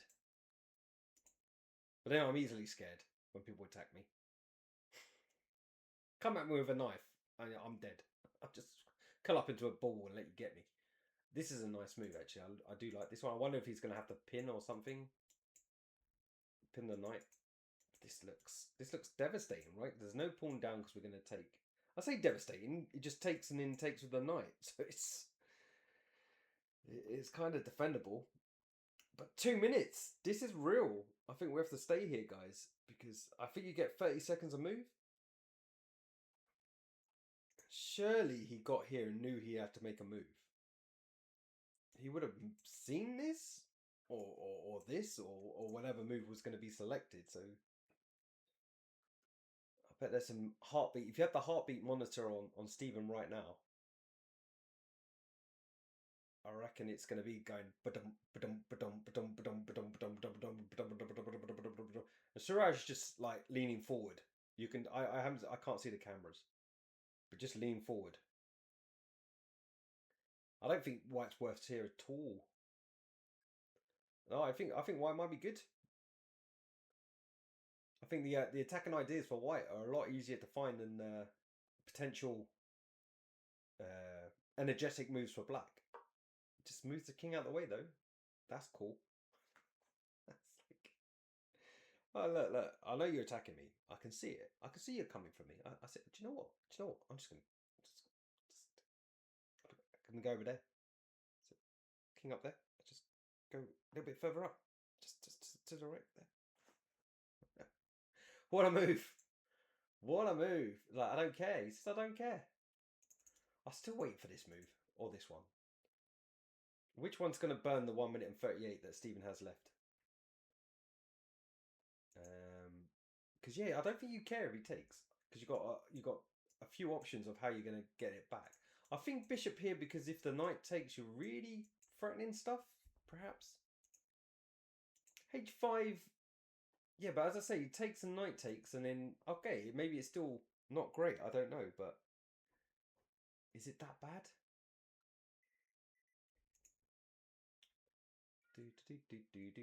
Bishop g5, and how I still like just dropping it in, queen in, everything here, and then maybe this move. Remember the queen's on it. This queen d1 that I said was a bit. Why did he do that? This is quite deep as well. I feel like this is a potential grandmaster losing here. And look at the times. I feel the scalpometer creeping up. We'll come back because obviously Suraj can sit there for a little while. This doesn't really have a problem. It's Stephen that's sweating. Let's go back. Where is... There we go. So he has gone with this idea. Takes and knight back, which is, I think, right? It seems to be the best of the worst. And now, again, this position, how do we do it? I mean, how do we keep the pressure? G4 is definitely on the cards at some point, but at least initially you've got to stop knight takes here. And you don't really want to put your bishop here because that sort of gives up the piece that, you know, you're basically trying to win with. Not saying that a combination of these moves isn't winning. Because that pin is going to be strong. So bishop here, queen c7. And yeah, I don't know. I'm not sure.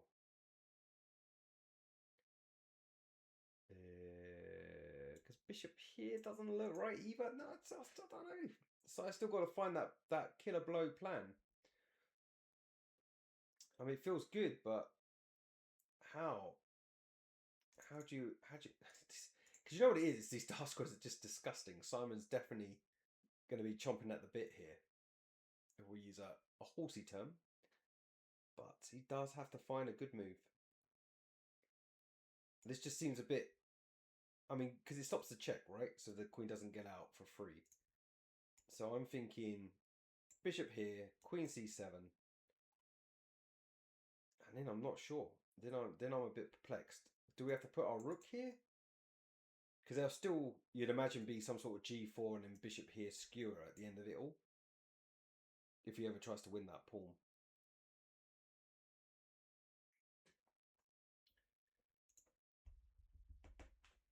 I don't know.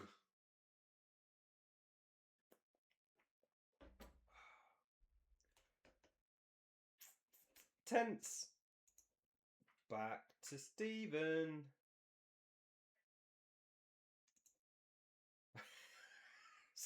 There's some artistry on this board. Look at those arrows. Look at them. Yeah, it's not straightforward. I mean, it's not even a material thing, right? Because black is technically a pawn up, so you could even play queen g4. I mean, maybe Stephen just goes into GM mode and blitzes out 16 moves, 17 if it is 41. 17 moves on the spin. I mean, he's probably considering it. Obviously, taking is not great because obviously you undouble the pawns and you really are a pawn up then. There's no winning a pawn here because bishop takes or knight takes is good. It's just how much extra are we getting, because you kind of want to play this move too. I mean, h5 is still on the cards, even in this position. I know I said about the knight taking, but still. Few moves. Not spoilt for choice, but just look at the clock. You can't ignore the clock. It's probably, you know, I don't think Stephen did at any point, but it feels like he did a little bit. No, just, yeah, fair play. I'm going to find out who this Suraj geezer is. Yeah, it's nuts. This is. I mean, obviously 2200 is still strong, right? It's at 2187, whatever, doesn't matter. He's clearly. Should we find out who he is?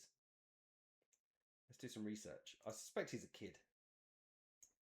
If he's like a 6-year-old Indian chap, I'll be quite surprised. Let's put it that way.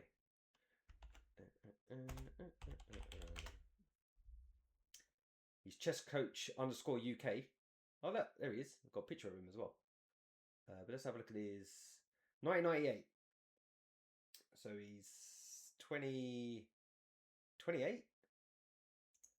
Fair play to him. He's got a profile here. So he's a national master.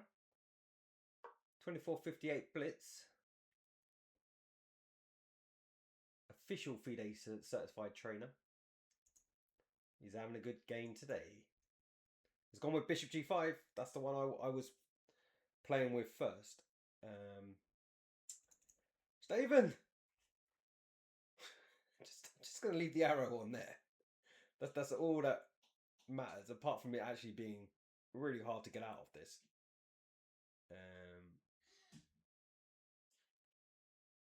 Yeah, I don't know. I feel like this could be a scalp.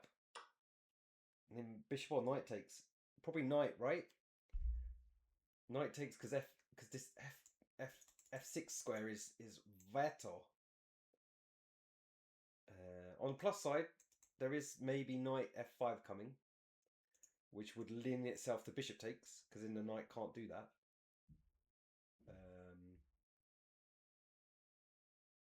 It's tense. Well, he made that move in 30 seconds, so he's on the. I don't know. What do you take it with? Oh, that's really nice. I found it. Yeah, I remember you did that one. Under the bed. Yeah, stuff goes under the bed. Lots of choices. The reason I really want to take the knight because of this square here, but there's also some sort of like, I don't know if it's any good, but there's some sort of check here. I guess you don't come back. I think you just go king h1 and just be like, is that it? Is that it? You got a check? Oh, well, congratulations. Well done on your check, sir. Take with a knight. I mean, it's easy for me to say because I've got nothing on the line. You ever have a think about it? Come on, Si. What have you done? How have you kept the edge? Oh, it's still going on that one too. So it's tense across the board. Look, and Si's getting low. Both these two are a lot closer on the clock as well. So they're both going to be under some sort of pressure in a second. And I still don't. Yeah, I don't know. So this is what I'm imagining, and I don't know. I don't know here. I was thinking of maybe rook here, but hang on a minute. Knight here. No, he's got queen takes. Is queen takes bad? It might be bad. Queen takes g4. But he's going to take here. No, he doesn't have time. So where's the knight going? Because the point is, we just want to get there. Maybe. I don't even know if that's great or not. There's no threats though. There's no checks. Knight back. Knight back. Bishop here. Queen takes. Queen takes. Rook takes. Bishop takes. Knight takes. And we oh, it's better than the exchange. I've missed this halfway through, so that's also a disaster. So yeah, bishop e3 feels like the right move.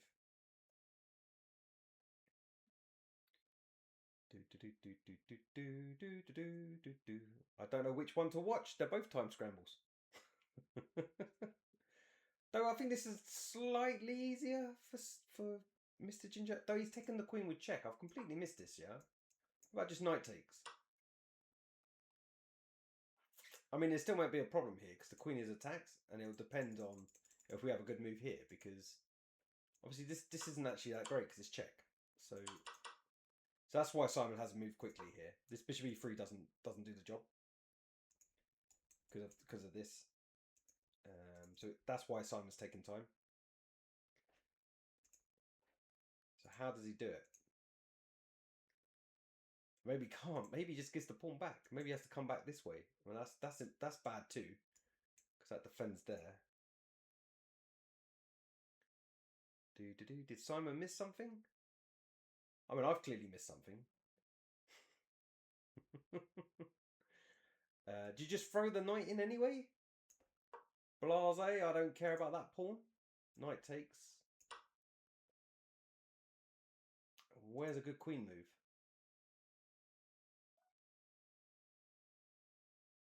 Just don't see the threat from us. I mean, eventually you want something along here, but I mean, not yet, right? Your queen's attacked. So yeah, trouble. Perhaps black is turning this around. I was all like, yeah, it's easy. Yeah, but I think this is the key. This is the key, Super. If black can unravel, then it's happy days, right? Because this pawn will be weak as well. And it's probably just going to be a draw. I don't know. I always panic and get too excited about especially when they're people I want to win as well. I obviously want Simon to win this. Let's go back, see if Stevens had to be put under pressure again. Oh, no, we're still deciding. Come on. Come on, Suraj. You can do it. Come on. I mean, I don't know if knight takes is the move, by the way, and I will not look. I don't care. We'll find out naturally. But one of these two moves is the move. I can't imagine it's pawn takes. Pawn takes seems the wow of all of them. If anything, it opens up a line for potentially black to come back down. So I don't think it's going to be that. So I feel like it's one of these two pieces. And like, honestly, you want to... So let's see. So we're saying maybe bishop check. Say maybe. And then we'll come back. And in here, what's the move? I don't know. Sometimes you can cause more trouble by taking your time, right? They say don't rush. Because if you do mess it up and you've got 24 minutes on your clock, how bad would you feel? And here I just want to drop in the knight. So what's king up? Maybe. I mean, even this. And then take with what? Rook? Where's the queen going? I don't want to go here because I'm lining up with the bishop. Let's come back. Oh, this just looks so close to just absolute dominance. Sorry, not the bishop, not that one, but this one. If we can just get onto the dark squares, it's just like kicking ass. I mean, there's probably better moves to defend from black. But knight takes seems right. Knight takes or queen here. This was the other one I was looking at.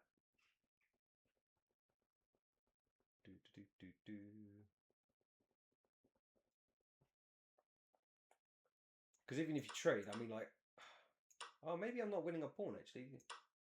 I didn't realise I wasn't winning a pawn there. Yeah, so no, queen here is not a good move. So that we're ruling that one out as well. Not queen there. So again. Oh, Stephen is sweating. I can guarantee it. Where is... I mean, you sweat in chess anyway, even if it's like a boring French exchange. Trade down to nothing. Simon has gone with bishop f4. Okay, interesting. So he's sort of making sense of this move. Honestly, Super, it's all about this pawn, which is... obviously, my move of bishop e3 is just trash. We've already seen that. The knight takes is just a shame.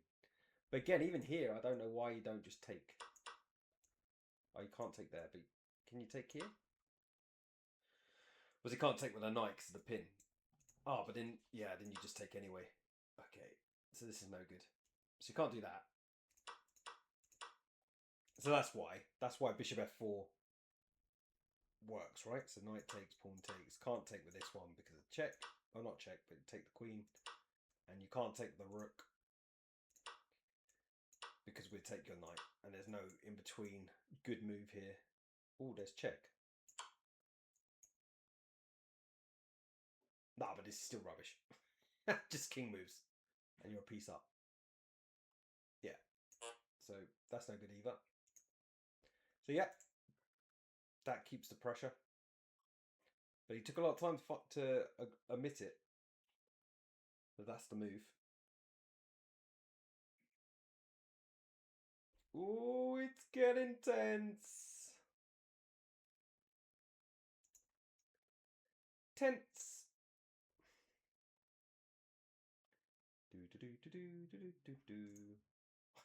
Can't believe just sitting there. Can take that pawn. one of two ways.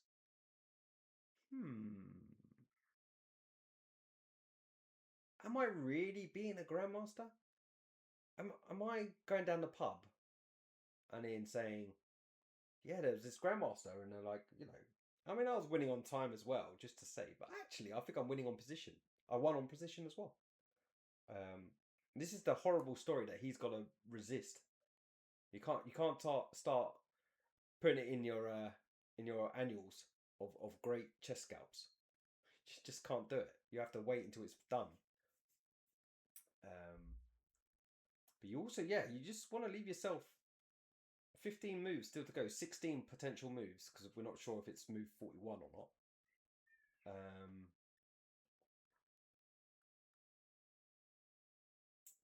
I think either. Because if you leave your knight there, you're blocking the check for one. You're also helping potentially taking this way if needed. Knight takes! Come on! Come on, the knight takes. All right, Stephen. What you got? What you got, sir? So cruel. I like Stephen as well, so it's like, I don't know why I'm taking joy from his misery, but you gotta love an underdog, right? Come on. What is he gonna play here? Because bishop f6 or knight f6 check. f5. Oof. Is it Desperado? Okay, so he was ready for it. I'm glad about that, because like this is the point, right? You're supposed to. This is from Chess for Tigers, which is still one of the best books ever written on chess. It's called playing a barrage move, where your opponent's low on the clock, but you know you're playing a move, but you're also going to follow up with another move, and that's what you're seeing here. It's like, okay, back on you. Go on then. What's next? You played f5, which is a very committal move. You can't have that pawn back. You can definitely lose your queen to a pin. I mean, it's never happening, but I'm just saying. It's quite the something, yeah. This pawn is horrendous, and knight back is threatening what I've put on the board, h5, and so he's pinned the knight, which makes sense, right? But he may have to give up that knight for the bishop for the knight. But yeah, again, it's not completely clear how he. I guess it's bishop back. Bishop's done its job. It's caused some shenanigans. Bring it back. If it gets traded, you've still got the same threat. And Stephen's finally lost 10 seconds because he kept popping back up to 1 minute 30. So yeah, bishop back. I mean, if he goes back, then again you're playing this one. If you come back, maybe bishop f6. Maybe that's the idea. Because this pin's really nasty at the moment. It's awkward. So I think back here. Because you want to go there, so if I play h5, you can push.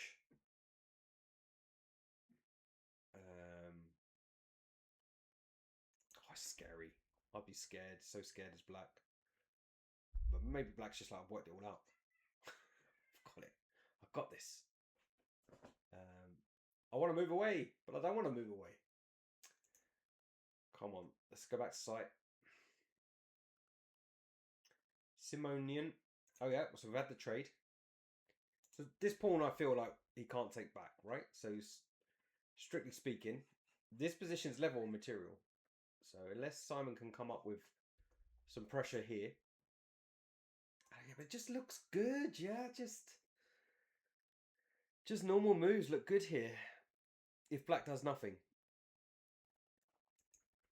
And this check, you just move out the way, you've still got to move the knight, or the knight's still going to be on pre at some point.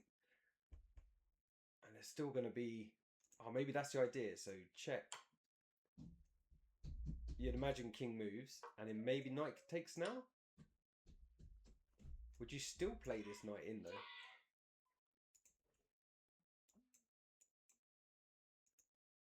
Queen's attacked. Looks good for white, yeah?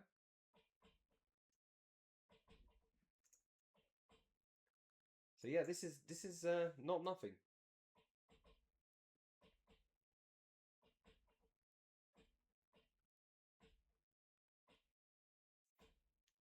Because you're just threatening to win the knight, if nothing else, as well. This is so much going on here.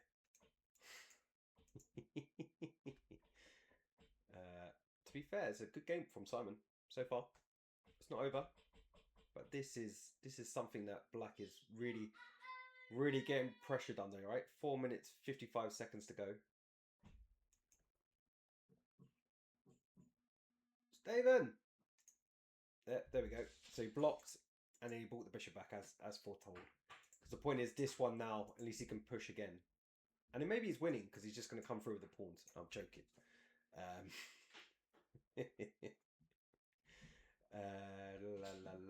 La.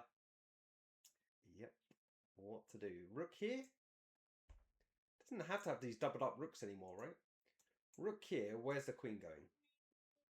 You can eventually come back here. There we go. There we go. Even a 1900 would have a crack at a GM here. This is tough. I think Stephen's going to be shell-shocked if this doesn't go well. Let's come back yet. And now h5. Or bishop here, sorry. Bishop here is the move I'd want to play.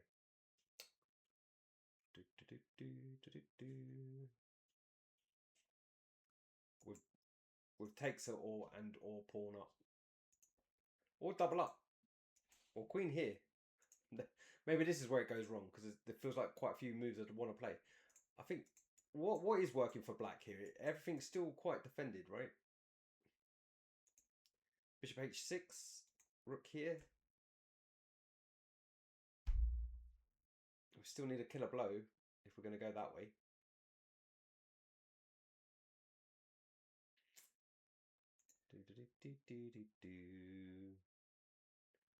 Big defender, that one. That's why I want to take it. That's why I'm trying to get it out the position. Does he just come back though? Probably just comes back. He's still covered. There's no taking here. So again, maybe c4. I know it seems really odd, but with a bishop potentially perching here, knight's doing a good job though. Don't know. So maybe it's not an easy push through, right? Perhaps it's not quite as easy as I keep trying to make it sound.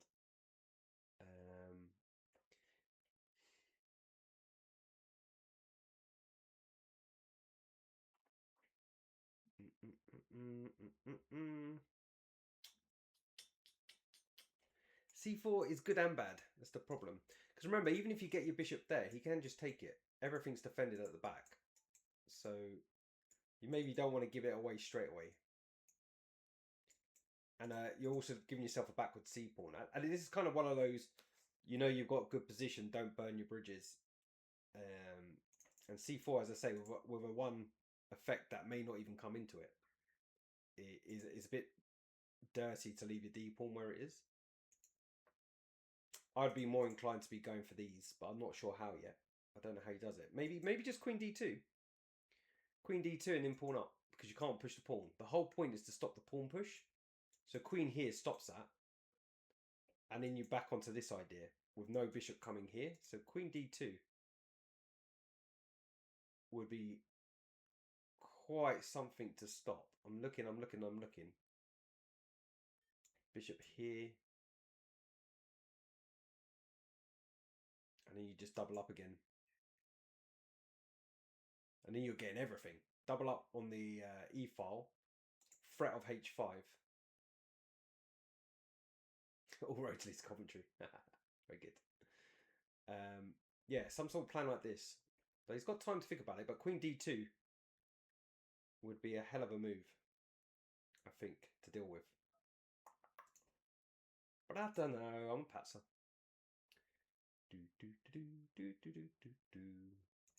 Okay, so he's broke the pin and he's put more pressure here. But does knight D5 cause the amount of trouble that I was hoping it would? Because what's he taking with? Right? So knight in, attacks the queen. If queen takes, do you have knight check? No, you don't. Okay, so maybe you just can do... Because this check doesn't do it, does it? No, it doesn't. King takes, you just take with the rook. I guess. But even that, doesn't that lose a piece somehow? This one's on pre, but there's no good check and no good square to put the knight. So maybe that doesn't work. This could be a good move. Yeah, close to a draw, but black only has 2 minutes and 55 seconds. And we are still far from the end of this.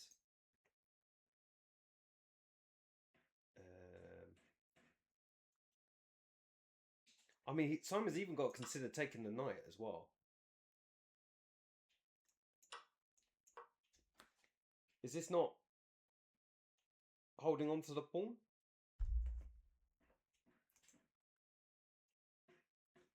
Maybe. I mean, it looks nice, right? There's no checks.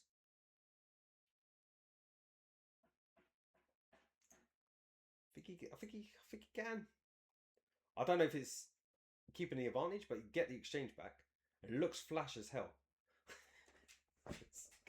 I don't want that one. I don't need it. Just gonna take your knight. Your knight's your big attacker and defender. If I take it out, queens and knights are supposed to be checkmate, right? Is it that good?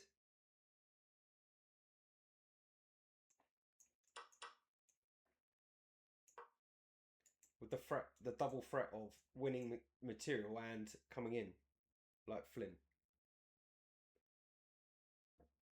How do you defend that? Just move the king?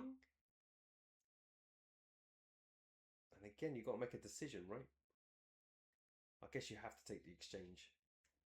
It's a shame, right? Because queen check is just going to come back and then there's no squares. But knight here. Queen has to move. Clearly. Queen here.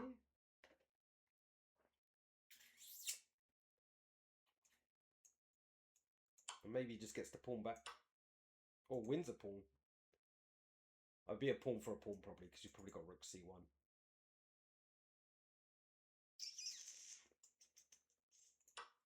Probably okay. Oh, he didn't play it anyway. What did he play? Queen here? What happened?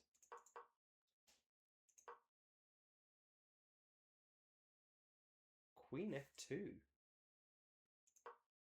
Queen f2. What's the thinking? Knight takes. Still this idea? It's pretty strong still, right? That's why. So knight f5 still very good. Thank you for the follow.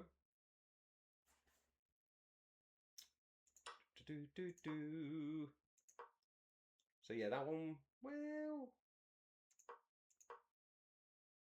How about queen takes? Oh, I can't do queen takes because the knight's on breeze. Right, fine.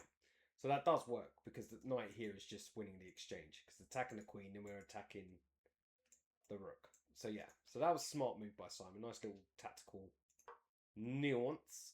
But, okay. So he's eventually going to scoop it up one way or another, right? Rook here though. Keep the pin. Well, the queen is defending though. Ooh, I don't want to leave this, but I think the Stephen game may be near the bottom of the barrel. And it's still going. He stayed on 1 minute. This would be one of those GM games where he gets through 15 moves and just plays perfect chess. What did our hero Suraj choose? So he went here first, yep. And I really wanted him to play Queen D2, but he didn't. Played Bishop G5, which was my original choice, but Queen D2. I don't know if he's just trying to stay on this square, and that's why he's not moved this queen. Because ultimately, black didn't play there, which was the move I thought he might play. So, takes, knight in. Is he going to just try and rush him? Yes, big boy. I'm nearly finished and I'll come in, okay?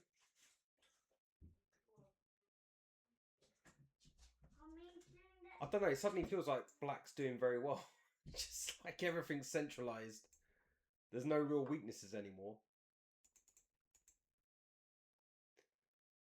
guess you've got to choose a square to go for the knight now. This is back he goes. And now do you double up? This pawn's on pre. I kind of sticks with the plan. You're defending the pawn and coming forward. It's funny, yeah. I feel like all my excitement has been drained out by some quick play. I wonder if Queen D2 was better. I mean, obviously we're looking at it with the computer at the end. Ooh, what's this? Harry. Harry has made an appearance. Hello, sir. What are you doing over there? What are you doing? What are you doing, little fella? You know what it is? Well, he's trying to drive him back, basically, and then this knight move wins again.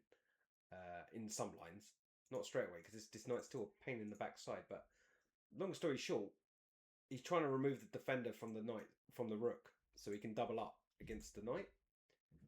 And then the knight can, then funny enough, he can go either way. And so he's managed that. So what's the follow up here? So knight in now. With the, or rook first. Rook first, because then the knight can't move. So yeah, this seems very yeah. Rook here must be played fairly quickly, you'd hope.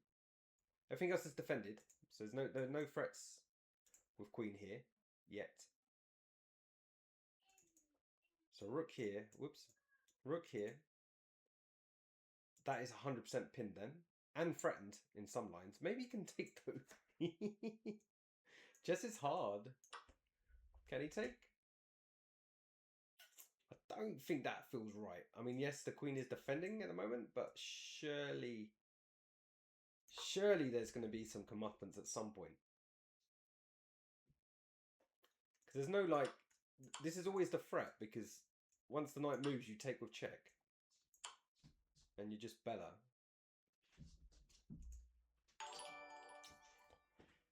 Thanks for the follow. Yeah, H5 is just brilliant. I love that he's found that move, just because of who he is. And you know he's always looking for H5. H4, sorry. And H5. He's also looking for H5. Yeah, I just don't... Yeah, I think he's in trouble. Rook D1. And I think Sai will be close to winning. Daddy. I'm nearly finished, Luke. I told you I'll come as soon as I'm finished.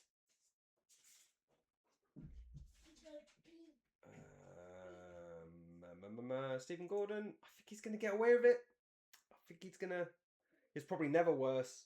It's probably all under control the whole time, even though he's only got 35 seconds to make 7 moves. And it's just been cool, calm and collected. He did play H4, by the way. Both of them, funny enough, played H4 around the same time that we were watching. Queen here. I just don't know. I feel like he's still trying this. I would still be a little bit... Here we go, look, the clock. Oh, this is tense. Under 10 seconds. Though chess.com done this before and it's gone down to 0 and it's not been true. There's no way. Nah, rubbish. He hasn't lost on time. Don't believe that. There's no way. Yeah, there we go. From nowhere. So he actually moved on 4 seconds. Lukey, can you go outside, please? Thank you. I'm coming, big boy, okay? Go. We're at the end. This is the exciting part.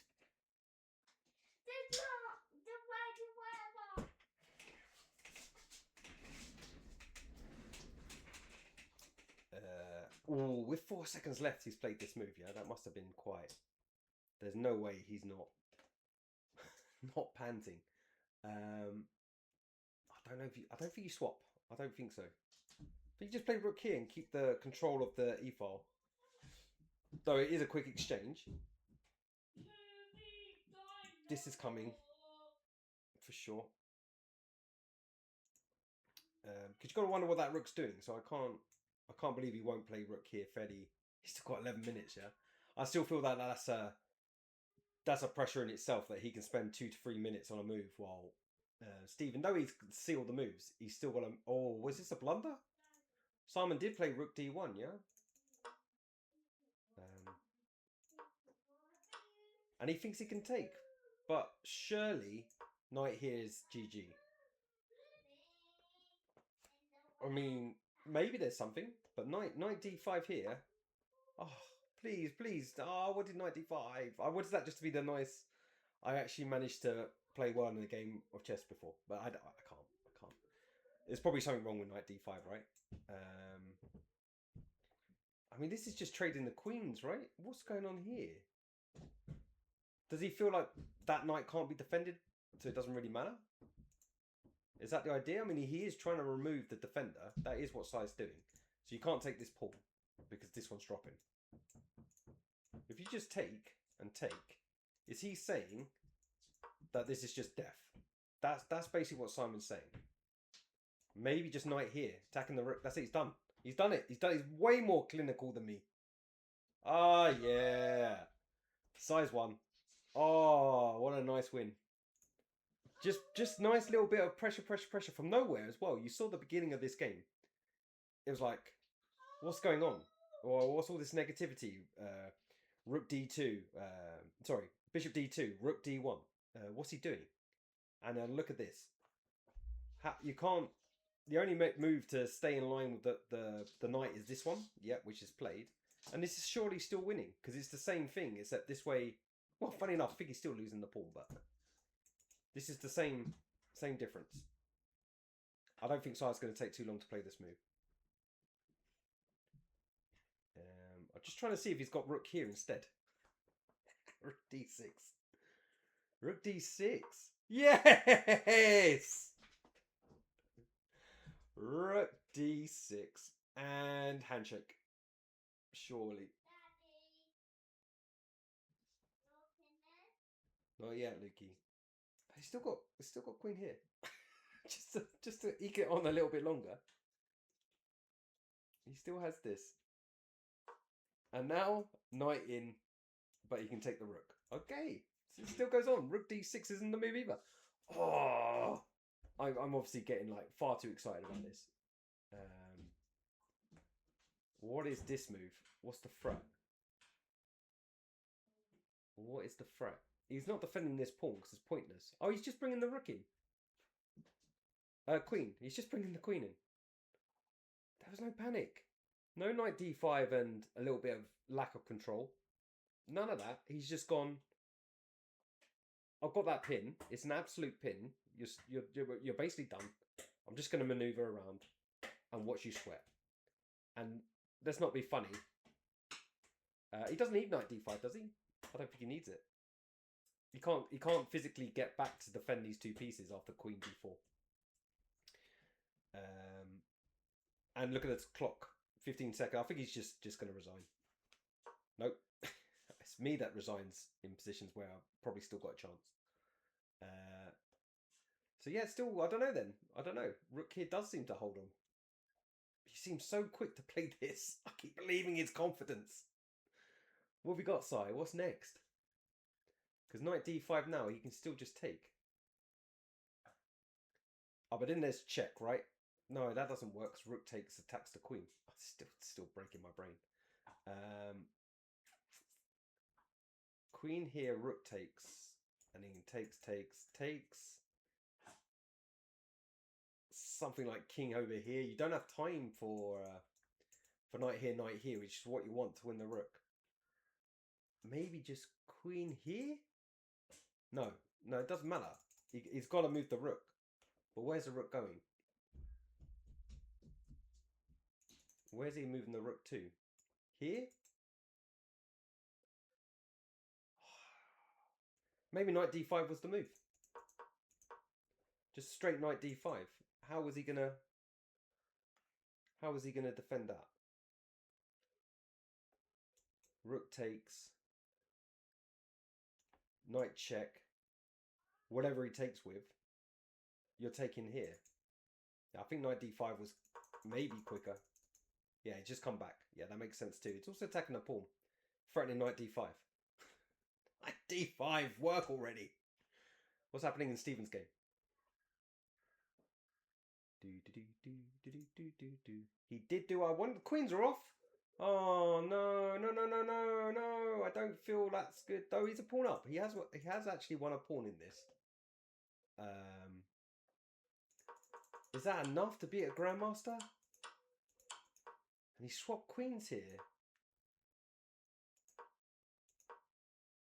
Yeah, I mean, I was saying rook here, but he didn't play it. He played the check.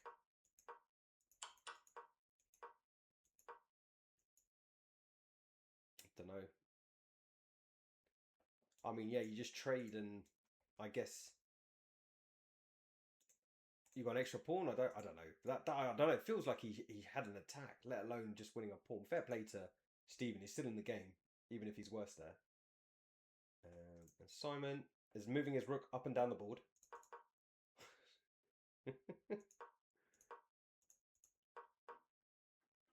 Okay, establishing a pin and the knight. Is this it? Are we there? Are we finally there? Is this the moment?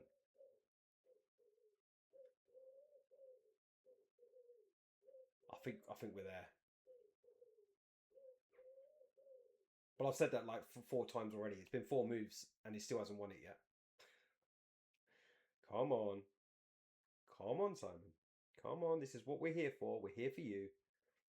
Loads of positive energy. You'll be 2 out of 2. You're going to win the British Championship. That's the way I see it. So the win is just rook takes, right? If there's nothing else. Because there's no other checks. So yeah, rook takes here and what? I mean, you're still winning that one as well. Just rook takes.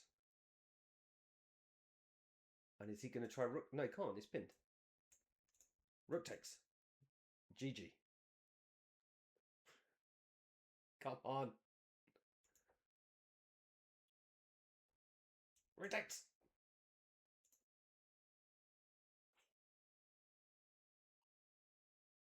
Yeah, rook takes here as well.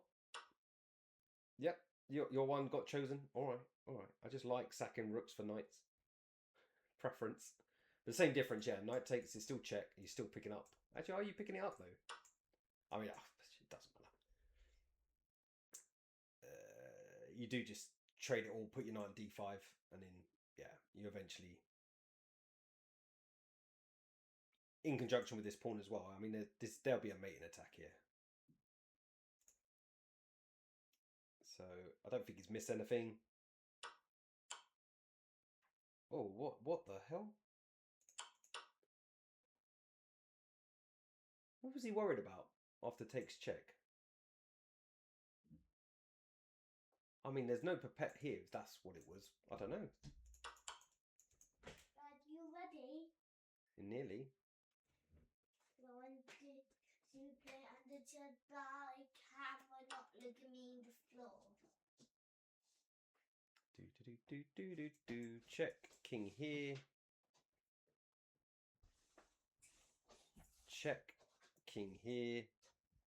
You'd imagine that he's got enough pieces to hide behind, right? I don't know, though. Check. Knight back. Yeah, he's okay. A knight back will stop all checks. Baby, out. Thank you. Hey, Peter. Pikachu. How you doing? Been some time.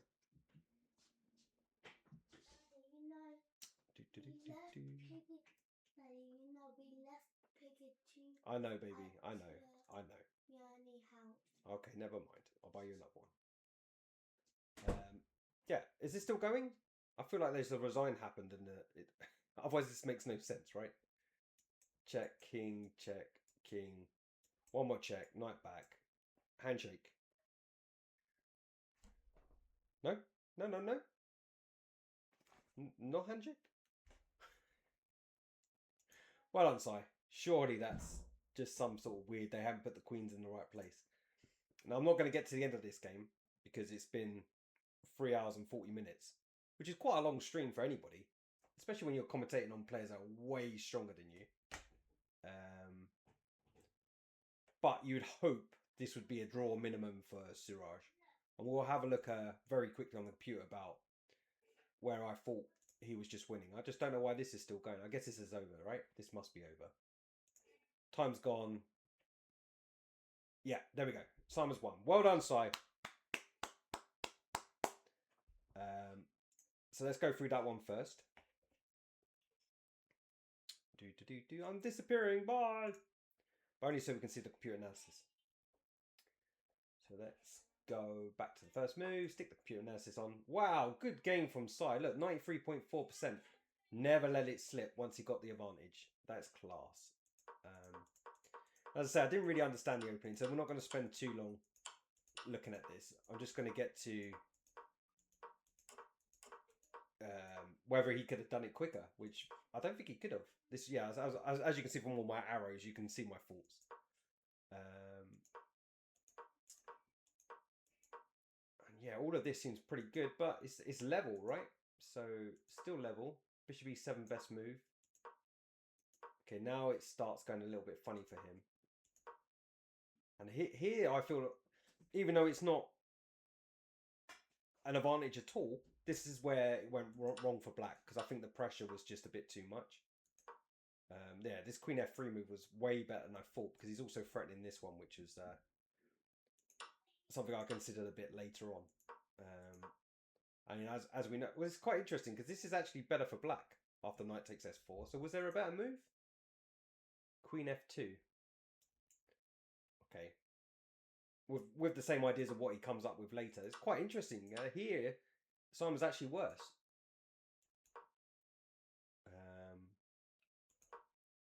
Amazing. I'm not even going to call it luck, though, because I just think he caused just more problems for black to solve than he could. That was a lovely move, Queen F3, I'm not going to lie. Was that top choice? Yeah, Queen F3, very accurate. Nicely done, side. Just trying to distract the queen from the knight. And then he just pummeled him, but I don't even know if that was the best move. I wanted knight F... Yeah, so knight D5 doesn't work here, so that's good to know. I'm glad I was wrong. No, why didn't he just go there? Queen F4. No, well, this is... interesting. This is a slip as well, even though... Obviously, what we decided was that this knight was in big trouble with the rooks. He was okay. But yeah, this was just a big blunder in time pressure, right? Yeah, you can't self-pin. This is disaster. But nicely done. Well done, Si. Now let's go and have a quick look at Stephen's game. And then we're going to wrap it up. And I'm going to say thank you to everyone for, well, being here for as long as you have. Thank you. Quite surprised I'm here this long, to be fair. White's still winning, which is right. 93.9% from White, even though he's let it slip. Which makes sense, right? Because he definitely felt like he was dictating the play. So takes, knight in, all this stuff. I just wonder if this was funny, wasn't it? This rook F4 maneuver, which is definitely not on the top 3 choices. But maybe it worked out, because maybe H5 was the weakening move. But anyway, it's coming to the really crux point where I was like, well, come on, surely. Yeah, Queen D1 was weird, but giving that pawn for nothing, which is what he's up at the moment, which is hilarious. H5 straight away was a good move, but missed. You can see why though. And I liked all this, didn't I? I was getting all excited, but it's not that great. F5 is actually a really good move. Knight back, bishop here, bishop there. And here, yeah, I wanted to kick the queen first, but yeah, I want to play Queen D2 here. Is it the best move? No. You have to get on with the attack. It says that this doesn't work. That's amazing. What? Well, it does work, but now you come back. See, I didn't like this, because now it felt like potentially the tables have turned. But yeah, slight edge for White, apparently. So what he played was obviously not as good. Just want to know what's wrong with Queen D2. Because it's got bishop takes h4, so it's just tactical. I just lose a pawn. Yeah, because I can't push it because it's not there anymore. All right, that's a little bit beer, a little bit tiredness. But Stephen gives him another chance, and I think that's all due to White's good time management, right? Queen F3 was a great move. Swapping queens was best. So yeah, he's saying swap rooks as well, but I guess it's not really caring too much. But he's got +2 here, so he's got a good chance. And like I say, thank you everybody for joining. And yeah, obviously there's loads of other games going on, but I was only really concentrating on Simon's game, and we had a few other games that were interesting in the meantime. So I shall see you again soon. Ciao for now.